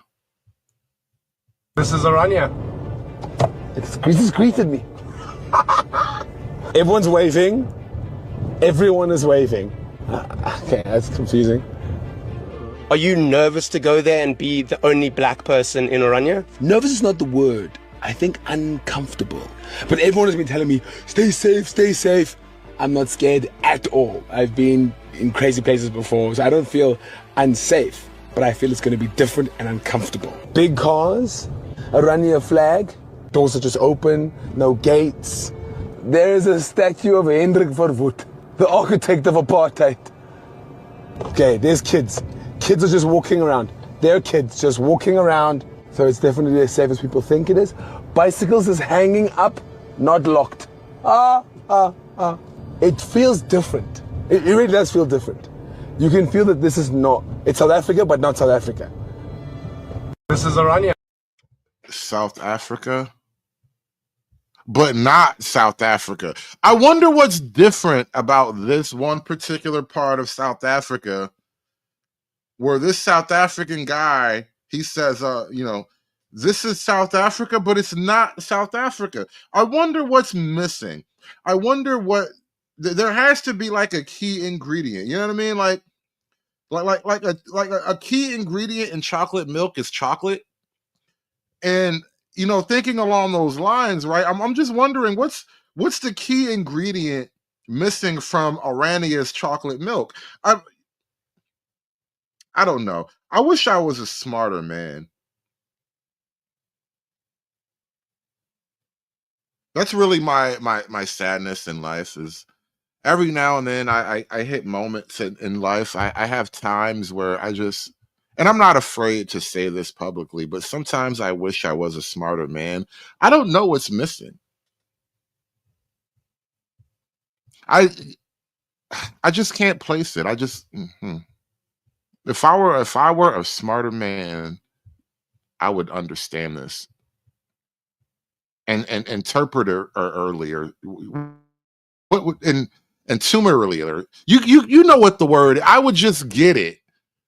I would just, because if I were a smarter man, I swear to God, I would. But if only I had a brain. If only I had a brain. Poor me. I think now is the time to wind this YouTube half of the show down. Ladies and gentlemen, I'm halfway through. Halfway out of steam. Closing time is 3 a.m. and it's about 12 o'clock midnight now. The night's almost done. But we're not done yet. We're not done. We're so not fucking done. If you leave, you suck and your mama hates you. This is what we're going to do. I'm going to play one last video as we wind this show down, and we're going to move over to Rumble. That's the game plan. That's been the game plan. That was always the game plan. That's part of the plan that we're at right now. We're going over to Rumble. Wake the fuck up. Stop being a little pussy. Click the link in the chat. We're going to Rumble. But before we leave, I got one last video to play for you guys. It's a play out video. I'm going to play us out. That's what we're going to do. Because I thought this thing through. I had layers. I had a storyboard for this stuff. I got a wall with plans and charts and a whole storyline. I got a narrative that I created for you niggas. That's what we're doing. That's what we're doing, and we're not done doing it yet. I didn't even know what I was going to do, but I'm not done doing it yet. And we're going to do the rest on Rumble. And so what I need you to do is hang in there for one more minute. I got one last thing to play for you guys, and then we're going to go have the real race conversation over on Rumble. And we're going to start out talking about Jason Whitlock and Nick Fuentes and their little beef. I appreciate all you guys on YouTube hanging out with me, following me this long. Thank you so much. We've put in 3 hours of work and we're not done. It's 3 hours. I'm going to do this like a work day. Do this like a regular job. I'm going to put in a full shift here, but we're not done yet. Shout out to everybody listening on YouTube. I got one last thing to play for you guys, and then we're out. Shout out to the algorithm and all the YouTube censors. Bite me.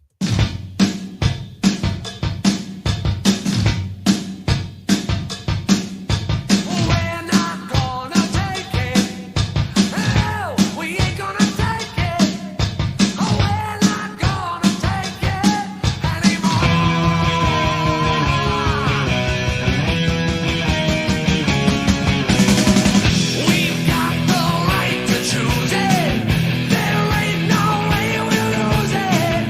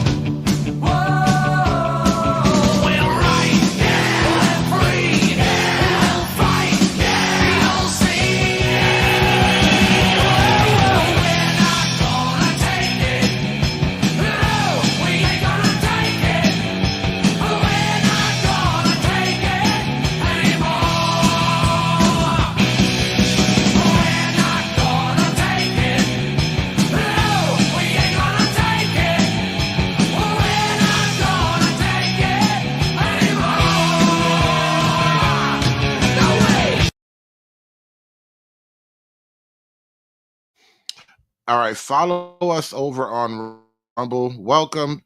Shout out to Anton with the $2 Rumble chat. Anton is the Pope of our Church of Misogyny. If you didn't know, he was the founding member, so we had to build this church on his shoulders. We joined it. We gained a new member today, Anton. Shout out to I think it was You Ain't Wrong. We gained a new member to the church today. Appreciate all the church members. We're gonna give you guys some church exclusive content.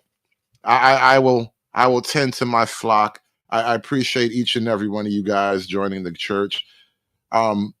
We are going to conclude this portion of the show. We're moving over to Rumble. The link is in the chat.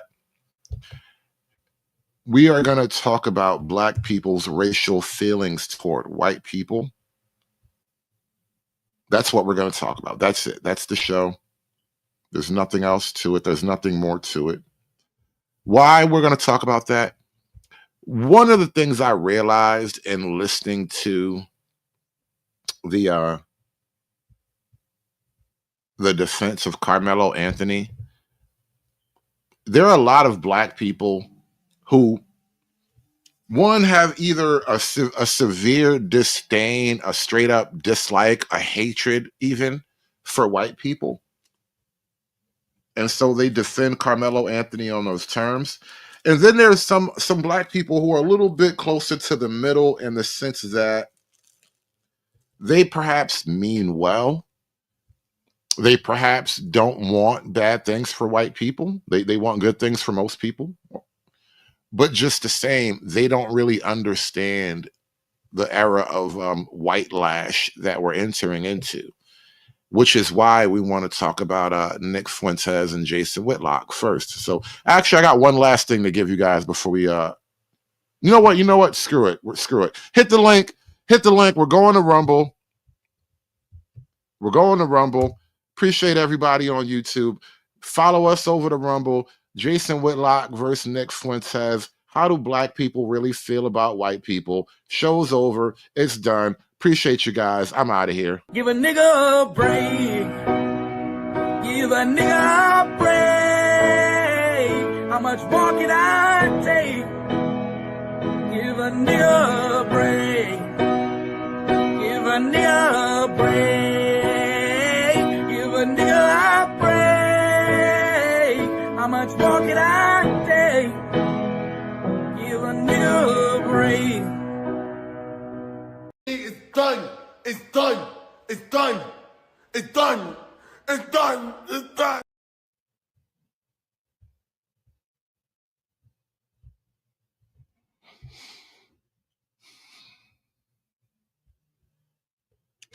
Okay, we are live.